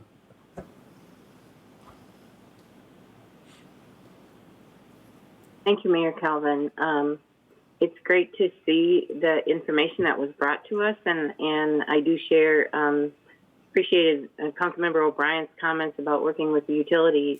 I know with working with Public Works, it was always a challenge to figure out what we could afford to do, and the reconstruction costs, I think, are the highest, and so I was pleased to hear Mr. Manzer talk about perhaps a triage kind of program where we look at maybe we have to increase what we to solve the potholes, and maybe we have to increase looking at the rating when we look at the ratings on the streets of doing the resurfacing that needs to be done to save those streets from or make them last 10 or 20 years longer before we just choose the reconstruction ones. I guess this is great, and I'm just curious financially how we can move some of these things forward and what we look at. And so I'm glad to hear it and eager to take the next steps to figure out what we can do because I think our streets are a crisis in our community, and hearing that regularly. So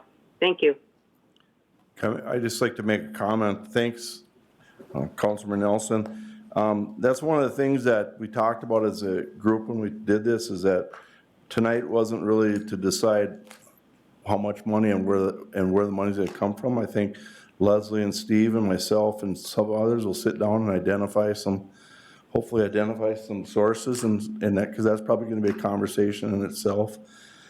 But yeah, I think that I do have to say though that I just went for a ride this weekend and we drove to a community about an hour from here. My wife and I let's just go for a ride. And so the geek that I am, I'm going to drive around and just look at what other cities look like. And as bad as it feels, we're no different than a lot of other cities too. And I hate to sit here and kick ourselves that we're not doing a good job, because we got a lot to be thankful for in this community, and there's a lot of good things going on, and I think we'll get a handle on this. But it's a problem every city probably deals with and everywhere in this country. So that's it. Okay, I have a couple comments I want to make. I guess Ms. Valiant wants to make a couple comments first. I just wanted to make a comment on this also, that we didn't want to muddy the waters with revenues tonight. We just wanted to keep it simple and keep it as factual as possible, as that this is the need that's out there. And like Gary said, we will be looking at now breaking down those streets, what really needs to be done. Can they be overlays, where those monies can come from, what's really in the most dire need, and we'll go from there. So that's what we'll be doing now in the next step. And hopefully then when the budget all starts to come together, then you will be seeing more and more of this. Okay, thank you, Ms. Valiant. So a couple takeaways that I have, and first off, just to let everybody know, I received the report the same time everybody else did, so I did not receive this ahead of time. And so I had no knowledge of this, but I spent a lot of time this weekend really going through the information that was presented to us. I really, this has been something that's been on my mind for 4 years, and I'm glad that our staff took a look at it now. One of the key takeaways that I heard from Gary's presentation is that crack sealing is basically the backbone of keeping our streets going. And having a minimal amount of money put into crack sealing really causes our streets to fail faster. The next piece of that is our overlaying. If we can take that street, as Gary mentioned just a little bit ago, is it okay if I call you Gary instead of Mr. Manzer? Okay. I'm so used to calling you Gary, so I'm sorry. I apologize. Exactly. So the other thing I heard him say was that as that street is failing, as it's going down, if we do an overlay, we can pop that back up to 100%. And so in our plan, I really want us to look at crack sealing, seal coating, and crack repairs. And then the next thing on the overlaying. Now, I know we have really, really smart staff. And so, Mr. Okins, I'm going to kind of put you on the spot here just for a little bit. So, if we raise the levy, so 1 point on the levy brings us in about how much money? 1 mil increase is about $150,000. So Under for the 1 mil, we bring in about $150,000. Okay, if that's the number, we can't cover it that way simply because that mill would be so high to get to this 14 million. So staff, I know you've probably already looked at that, but that's something to think about. There are other things that I think that our staff will bring us back a recommendation on how they could do it better. The other thing we have to look at is we have to look at our income versus our expense. And that's kind of a little bit, or I would hope we would look at our income versus our expense. And that goes a little bit into what I was talking about, the crack sealing and the overlaying. If we can take a street and save it by doing an overlay, maybe as Mr. Manzer stated earlier, some of these streets aren't going to get any worse than they already are. And if they're not going to get any worse, let's try to save the streets we can save before they're totally gone. And if that means putting a few extra dollars into our crack sealing and overlaying, maybe that's where we need to start refocusing our attention versus the high price of doing the overlay. Councilmember Fagerly, I just happen to know the guy that's the scientist that looks at all the pavement in the whole state of Minnesota. And I had a conversation with him 2 weeks ago, and I asked him, you know, what are you seeing in pavement management? And he used an example in Willmar because he did testing in Willmar. We had a couple streets fail. Mr. Manzer, you probably remember when that happened. And I think it was about 10 or 12 years ago. We had a couple streets that failed early. And what they found out was exactly, one of you two said it. It was the amount of mix that they put into the formula and what they put into the street itself. So he gave me concrete examples on projects that happened in Willmar where the streets failed early and where the state of Minnesota actually tested those core samples and said, okay, here was your problem, this is what happened, and they were able to identify that. And so I think that really goes to show that the state of Minnesota really is interested in a long-term solution for communities, no matter what the size of the community is, if it's a state project, if it's a county project, or if it's a municipal project.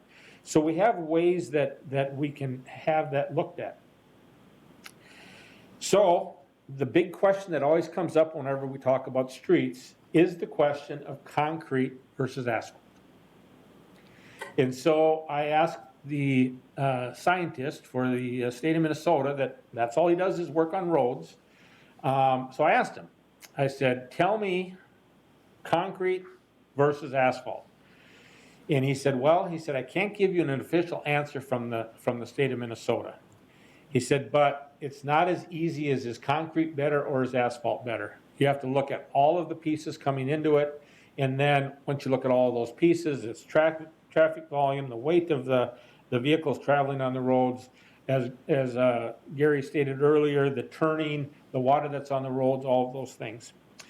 So with that, I really want to commend our engineering department. I want to thank them for grabbing this really huge animal and taking a swing at it. And Ms. Valiant, I'd like to challenge you and task you with trying to find a way that if we can't get to that 14 million, I think the number you used was 14 million. If we can't get to that $14 million number, how can we get closer and how can we get more streets done? Because what we're doing currently doesn't work. And had we done this 4 years ago, Had we done this 10 years ago, had we done this 20 years ago, the number would be a lot smaller than it is today, without a doubt. So with that, I want to do some historical perspective on this street management plan. And Councilmember Fagerly will remember that, and probably Councilmember Osmus, but when this was last presented to our community as an organized pavement management plan, and I believe it was the early 2000s, maybe 2005, 2006, the biggest opponent to the city of Willmar adopting a pavement management plan, and this will probably shock all of you with the exception of the ones that already know the answer, was our realtors. And so we have to make sure we include our realtors in the solution. And the reason why the realtors were at the table was if they're aware that there is a potential for a street improvement to be done, they have to disclose that. And Councilmember Fagerly, you know this a lot better than I do. But I just remember the meeting, the planning meeting, where this was presented. It was presented at the fire station. And I think there was only one meeting that there was more people in attendance at the fire station than that, as long as I was fire chief. And it was that meeting. And Councilmember Fagerly, I'm sure you'll remember that got, I think you were on the commission, you were on the commission at that time, I think, when that was presented. It got pretty hot, if you remember. And so I want to make sure we do a good job of educating our citizenry and make sure our citizens want us to do good work on our streets. Our citizens want us and expect us to make the tough decisions. And these are going to be really, really, really tough decisions. But I think with the leadership that we have at the city right now, with the leadership we have in our engineering office, and in Gary with your work, and Mr. Olkins with the work that he can do in crunching numbers, I think we can find a way to get our arms partway around this animal. And for sure, I'm hopeful that we can do better than we've done in the past. So with that, unless anybody else has additional comments to make, I will move on to our next item. But anybody from the council wishes to make any additional comments? Okay, that issue is done. Ms. Valiant, anything else you wanted to make? Okay, thank you. Thank you, Mr. Manzer. Thank you. The next item on our agenda is the review of the 2022 capital improvement plan. With that, I'll start with, I believe I'm starting with Mr. Olkins.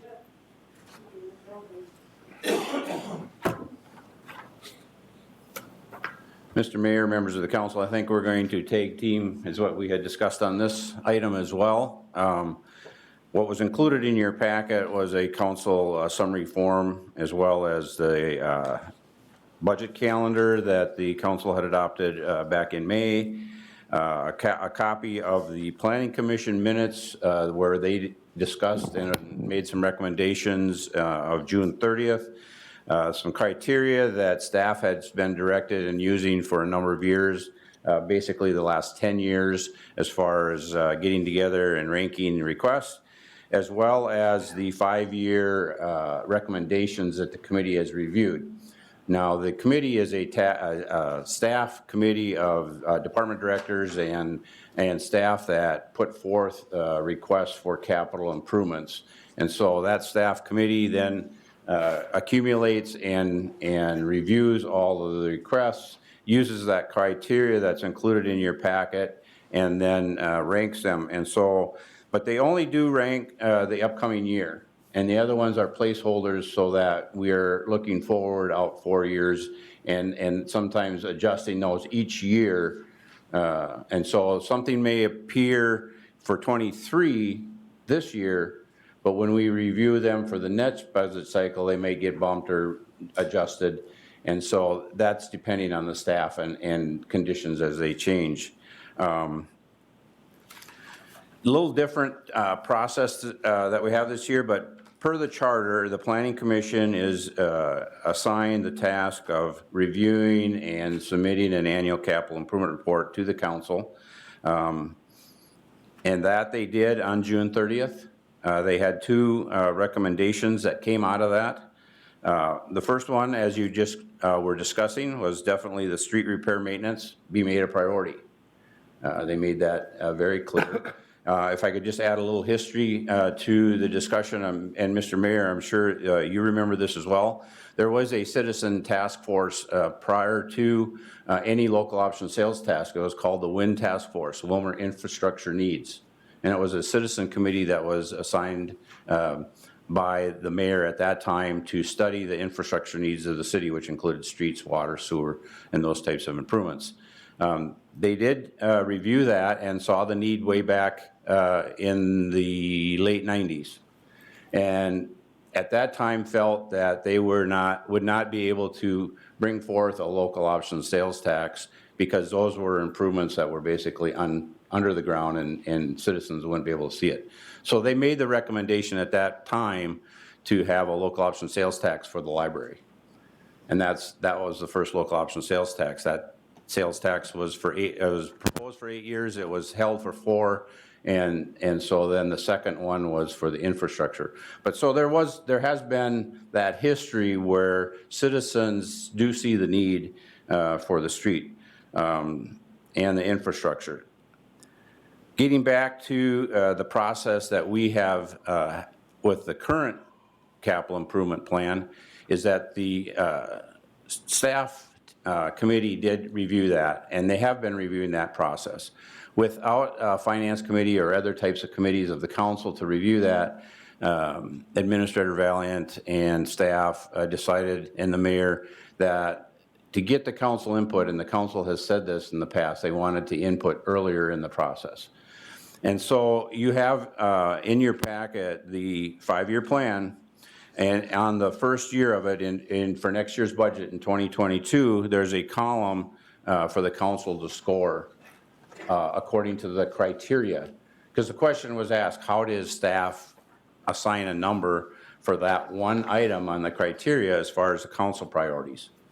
And you'll see there's only 2 bullets there for staff to really look at it, but I think the mayor wanted the council to have that input, and so I think Administrator Valiant will kind of talk about the process as we go forward and gathering that information from the council, but that column is basically for the council to give staff the direction and the mayor to review moving forward as far as what the council's priorities are as far as these capital improvements that staff has reviewed. Now, there has been forms sent out to the council, and we received from 2 council members some recommended capital improvements that aren't on this list, but they came in after that process had taken place. One was from Councilman Fagerly, who had suggested adding a fountain for the pond at Swanson Field in the tune of $500 to $7,500. We will be adding that to the information as the council gets it. Also, we received some comments from Councilman O'Brien as far as railroad quiet zones. That is something that has been there, that the council back to 2007 had a study done on quiet zones. He had actually 2 recommendations for the budget process. One was to do the physical quiet zones like are on Trot Avenue and Willmar Avenue. There are 5 additional other crossings that were in that study, ranging from 22,000 to 230,000 per crossing. But he also then recommended some operational things for quiet zones, and that were signs. And I believe he has indicated that he approached the council prior to being on the council that might help on some of the railroad noise in the quiet zones. He also had added some improving water quality, and he had 3 different areas of that, working with the Willmar Lakes Association and filtering the main drains into the lake system, and he had an estimated amount of $150,000. So we'll be processing that and sending that out to the council as well. But those are the only additional ones that we have received as staff. So if there are additional ones that you have as council members, I would recommend that you get those in, because we'll be taking this information and working with the mayor to come up with a recommended budget that he has to assign. One last comment that I would have, and then I'll turn it over to Mr. Valiant, is that you may see it in a cash column or the bond column that are placeholders. More than likely, a large ticket item that you see into the cash column would have to be bonded for, and that would be in the building areas where you have the auditorium and those types of improvements. Even though it lists it there as cash, they more than likely would have to be moved over and bonded for and borrowed. The amount that has historically, again, going back to the previous presentation, you had $4 million on this list for streets. The tune of about $1 million has been $1 million to $1.5 million has been where the council has had funds to fund their capital improvements under the cash column in the past. But these are the recommended amounts similar to the street program, that this is really what would be needed to handle the streets and or the buildings, which are another large ticket item that the council has looked at in the past. So.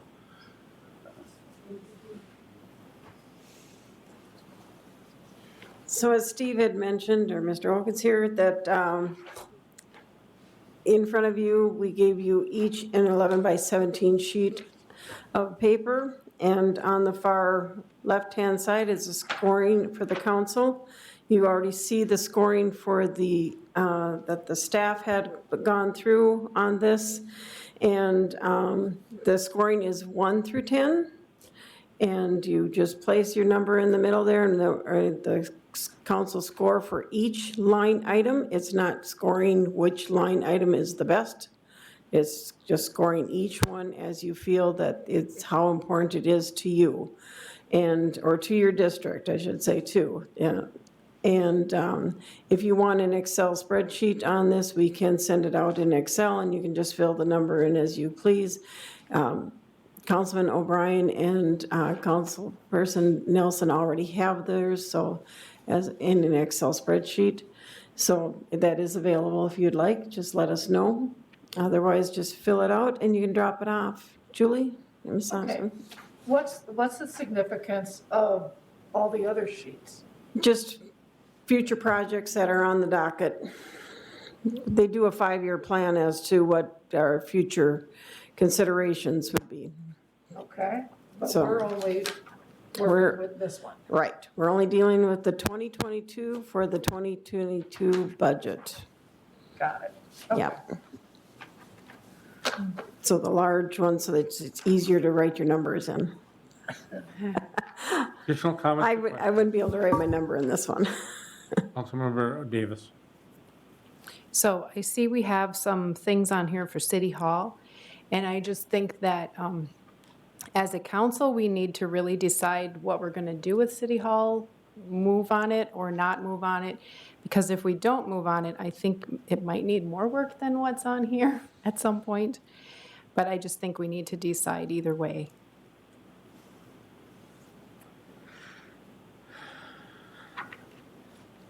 Well, at this point, the City Hall has been tabled by the council. A motion was made and seconded to do that. So the council could have discussion on it, but in a formal setting, that discussion should take place after the item is removed off of the table. In an informal setting, you could still have those conversations, such as if we were going to do a retreat, the council could still have that discussion at a retreat. But in a formal setting, it would have to be pulled from the table before that discussion would be allowed, because there was a motion that was made and seconded and subsequently passed by the council to table the issue. So that's something for consideration. Doesn't have really to do with this, but for process, we have to follow that process. Additional comments or questions in regards to the process? Audrey. Councilmember Nelson.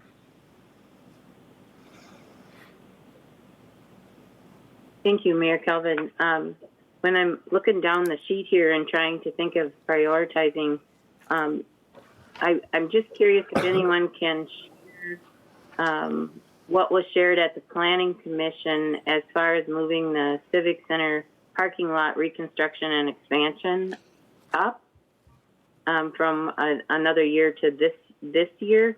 And then also, I am also curious if there's some things on here like the lights at Swanson Field. Do they relate to the local option sales tax projects, are there things that we need to know with why they're, that has an effect on why we would do it this year versus wait? I'll let Mr. Okins answer that. Councilman Nelson, in regards to the moving of the parking lot, I don't know what the exact conversation was, but I do believe that with the local option sales tax project that's being completed out there, to give it an aesthetically, kind of to finish the whole project, I believe that's why they had proposed to move it up a year, because I believe that they are projected to be open in September.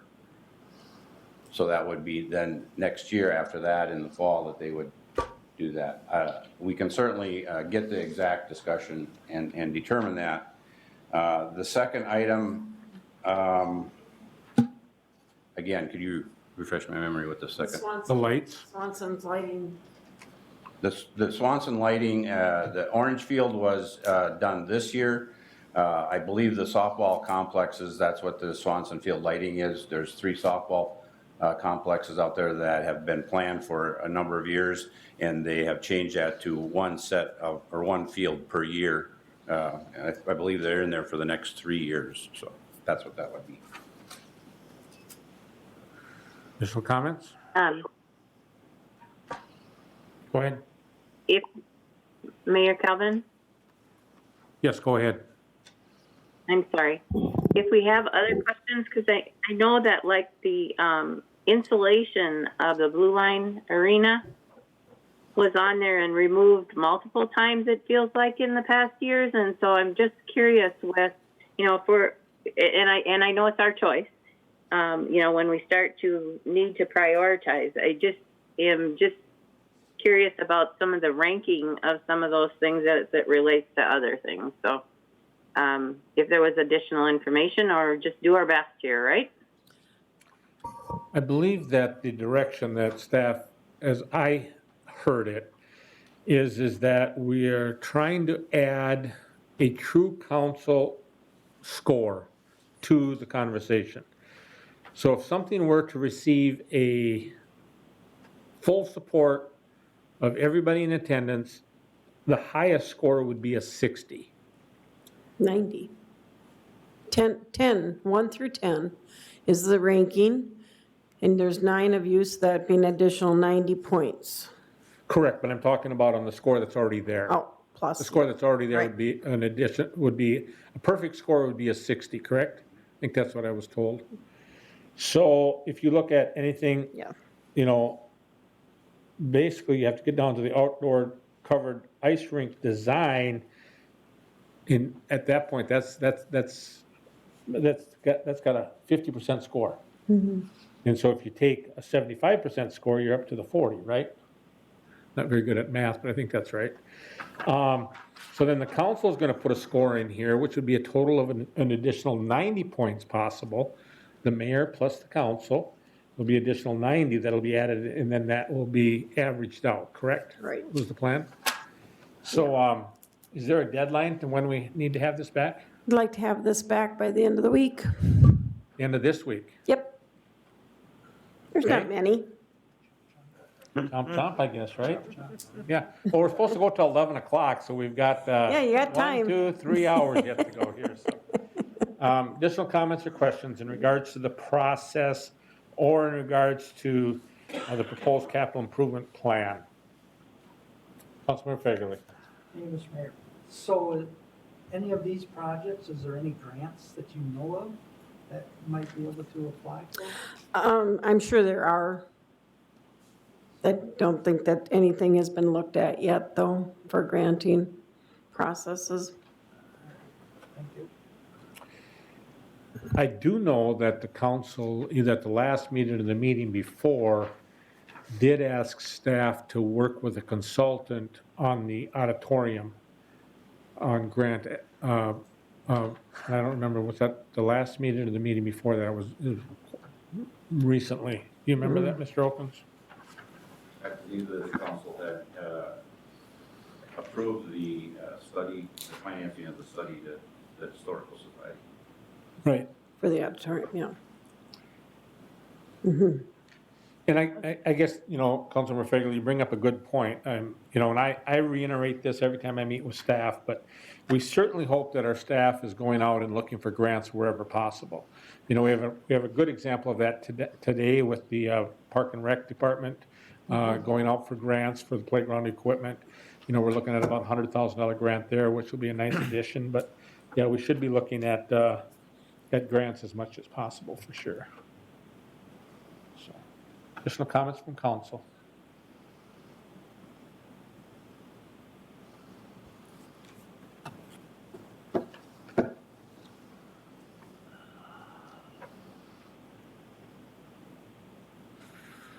I don't want to rush this along. I know a lot of you are still studying it, so that's why I'm not moving to close this yet. So, additional comments or questions? And just a question on Dorothy Olson Aquatic Center, a heater? I mean, we just spent a whole bunch of money fixing it up, and we didn't replace the heater? And the Well, that heater was the went pool out this heater. year too. That was the pool heater. Well, We did cement work and, yeah. the pool liner. Yes, yeah. So that's the pool heater that heats the water that failed on us this year. And it's like, I'm shooting from the hip a little bit, but it's like a $60,000 heater. So we didn't even, this summer we ran without heating the water at all. We didn't have it running at all. So we get in the CIP for next year. It was too much for the budget to handle to replace it. The heat exchanger went to heck. And part of that project is that heater's in a bad spot because it's inward. We put acid and chlorine in with the pool. And so it's very corrosive. So that really probably wasn't the best location for that heater. So part of the process is when we're looking at that heater, Rob has kind of been working on this, but I know that we're looking at putting it in a different area room that we can section off so it's not as corrosive to that area. So that's kind of what the story is in that heater. But we did go all summer without the heater, and I know there was a few comments. People said it was cold, but for the most part, I think I heard just a very small amount of complaints about it. So.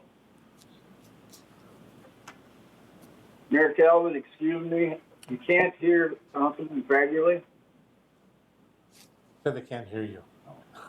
Sorry. He'll speak up. Sure he would. Sorry. No, I know we did, but we had an architect design the pool building. And they didn't know better?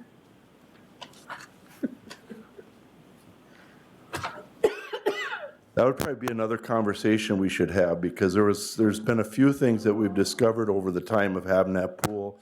And I'm thinking it was built in 2004, if I'm not mistaken. So, it's getting close to 20 years old. But yeah, in hindsight, that's probably not the place for it, but that's where it was put. And that's the same thing with the block damage that we had. That was kind of a design flaw as well, and the moisture caused the block, because we replaced the whole lower course of the block pretty much 2/3 of the way around the building. So for a block building, and it's not even 20 years old, I think any of us would have been disappointed if that was your home.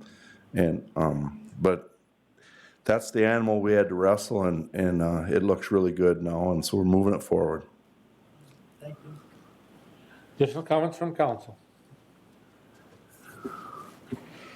Okay, thank you.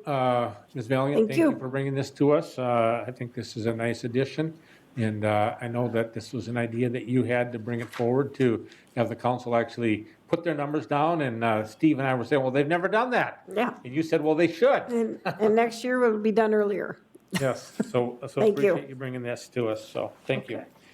I guess I'm just, as I'm looking down this list, aren't we going to have questions on like almost just like with the pool heater? Then I'm also, I'm looking at the secure garage for the police department. Is that something they don't have now? Is that, Correct, they're running out of room. okay? So when the mayor submits the budget, then the things that are in the budget, you know, after you guys, after the council scores, and we'll have a new scoring. And then as that comes before council, council will be able to say, you know, boy, I really think, you know, that was great that was there, but, you know, this is really a priority instead.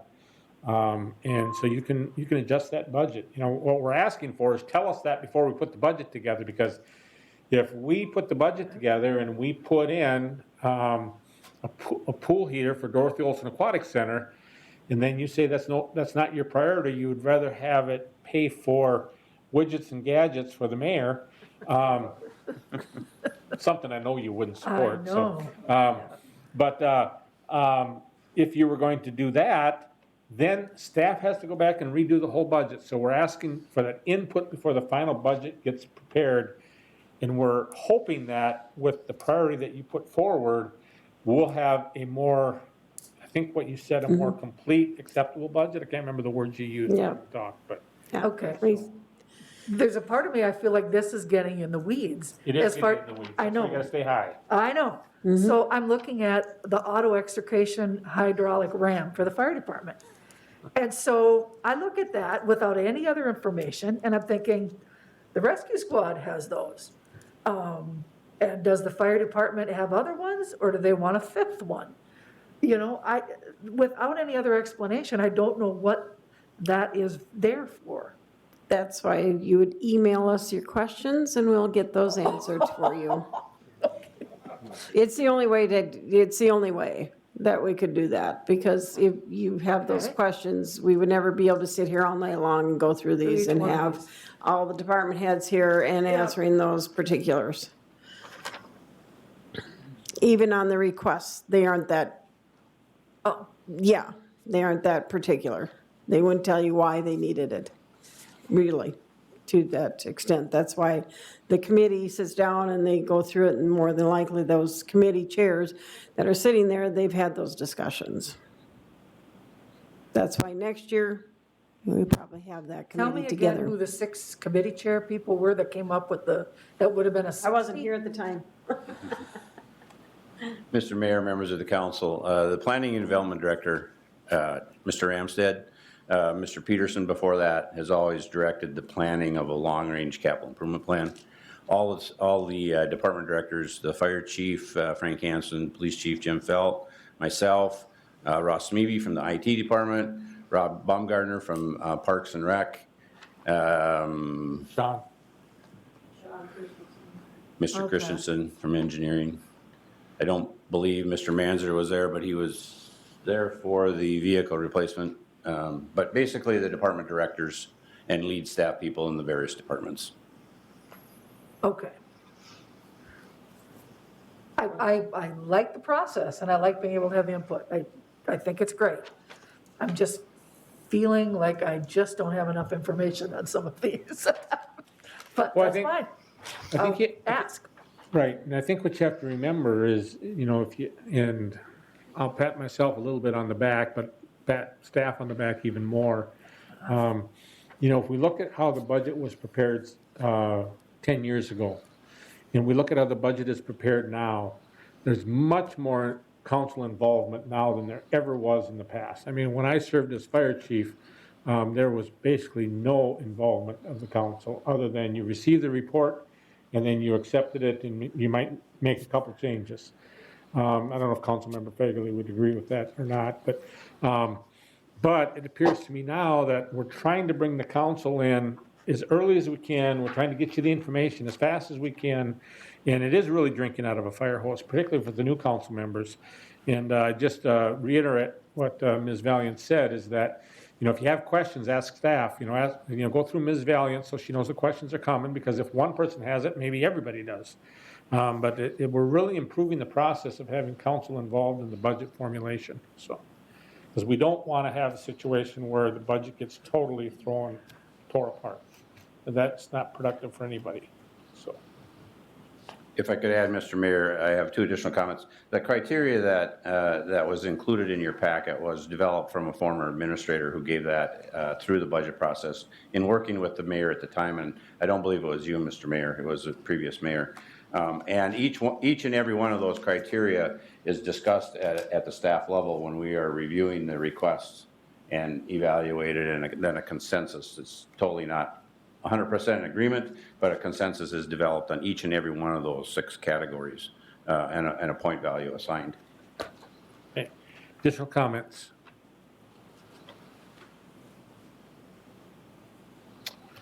Okay.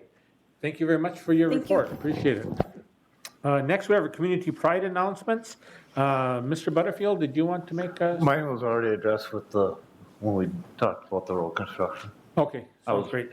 Very proud that we got all the patching done. Good, good. Okay, thank you. I just want to take this time to really thank the Census 2020, the Complete Count Committee. Ms. Thompson spearheaded that, worked on that, and we had a very diverse work group. We had people from the paper, people from the chamber, people from our ethnically diverse communities were sitting on that. And as everybody has already read in the paper and heard on the radio, our numbers have went up very nicely, a little over 1,400 people. So we're over 21,000 people now in the city of Willmar. You know, we were always striving to get over that 20,000 number. That helps us for redistricting. It helps us for a lot of different things. And Aaron, I might put you on the task, on the spot just a bit, but could you talk a little bit about, I didn't prepare you for this. I hope I'm not catching you flat-footed here, but on the census, could you talk a little bit about some of the stuff that you found in the deep dive that you did with your analysis? Sure, Mr. Mayor, members of the City Council. I've been going through some of the state demography information as they've been putting in data. They haven't I've been asked a couple times by other elected officials, are they down to the precinct level? I haven't seen that, but they're into the cities, townships, counties. And it's been interesting to see the trends. If you look at Candy-Ojai County, we were 3.5% increase. 36 counties, all of them in Greater Minnesota, had a decrease. So it was very good to see a positive increase in Greater Minnesota for Candy-Ojai. And the town, obviously, that had the most increase was here in Willmar with over 1,400, which represents 7.2% of an increase. That is the highest increase for the city of Willmar since the 1990s. That's good. That is really good. It's actually fairly close to both the median for the state of Minnesota and the national average. Now, I'd like to be above average, but still pretty good. And within the smaller communities, there were some that went up, some that were down. Some of them have been more proactive on housing development and so forth. Interestingly enough, when I compared with other regional centers, and that's me looking at other data, but I looked at 15 other regional centers. Only 4 of those had a higher percent increase than Willmar. That's pretty good. So many of them were less. So for example, you take Owatonna. Owatonna was 3.2% increase, for example, during the same time, with an increase of 821, and they're a bigger city than us. And on and down. I mean, there were some cities that were much higher.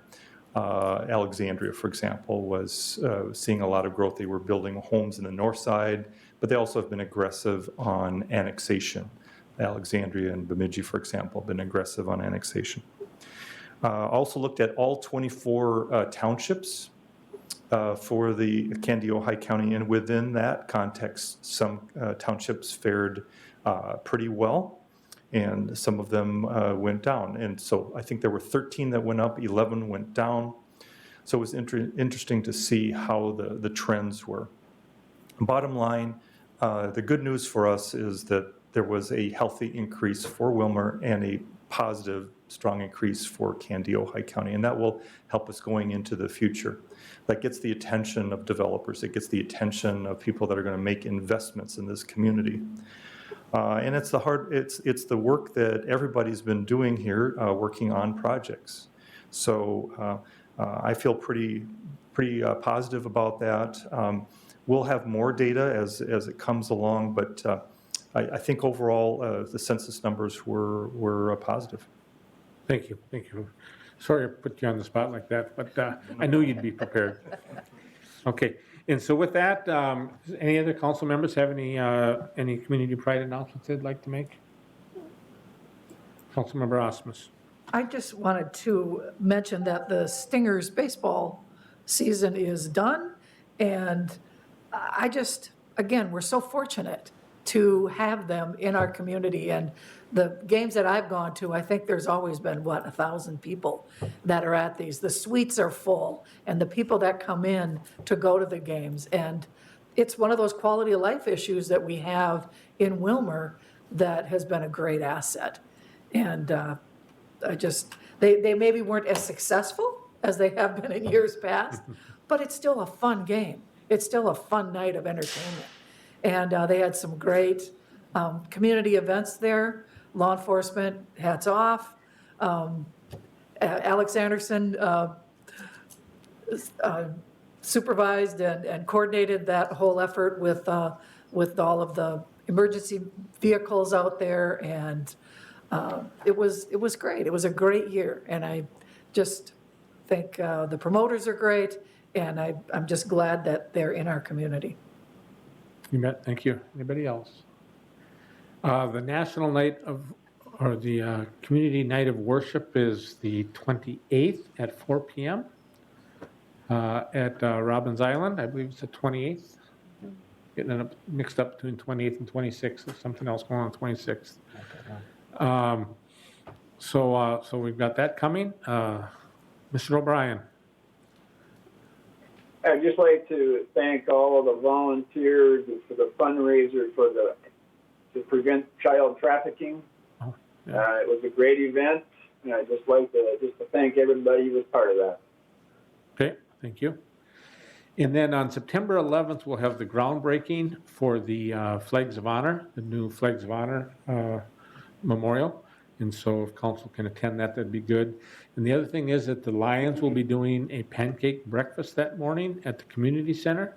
And they had asked that I mention that tonight if I could as well. So Councilmember Osk.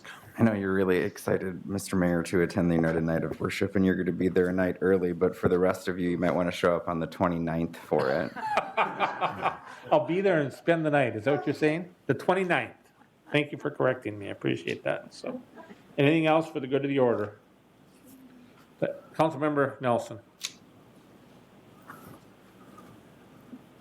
Thank you. You were mentioning September 11th. You might ask Mr. Manzer. I know there's an event going on downtown also that day that he can probably share about. Mr. Manzer? Okay, I'm gonna take my city hat off and put my church hat on. I'm a proud member of the Presbyterian Church downtown, and we are celebrating our 151st year.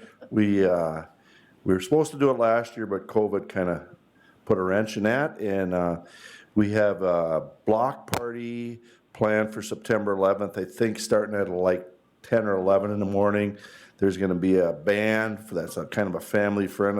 It's called the Lollipop Band or something. It's kind of geared towards kids and families, and we're going to have games, and now I can put my city hat back on because Willard through Main Streeters, they're planning Touch a Truck downtown. We had this a couple of years ago, so that's going to kind of happen at the same time, and then we're going to line the streets with like I know we're bringing 2 units there.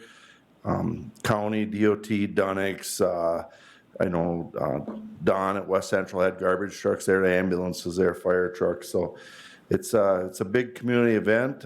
You start off with pancakes. You can go over to do the Flags of Honor, come downtown and have some entertainment. Take your kids to look at trucks. I know we've had our open houses in the past. The kids just love to climb and look at that stuff. So it's a lot going on. Thank you. Yeah, thank you. Additional comments or questions? Okay, with that, I'd entertain a motion to adjourn. Second.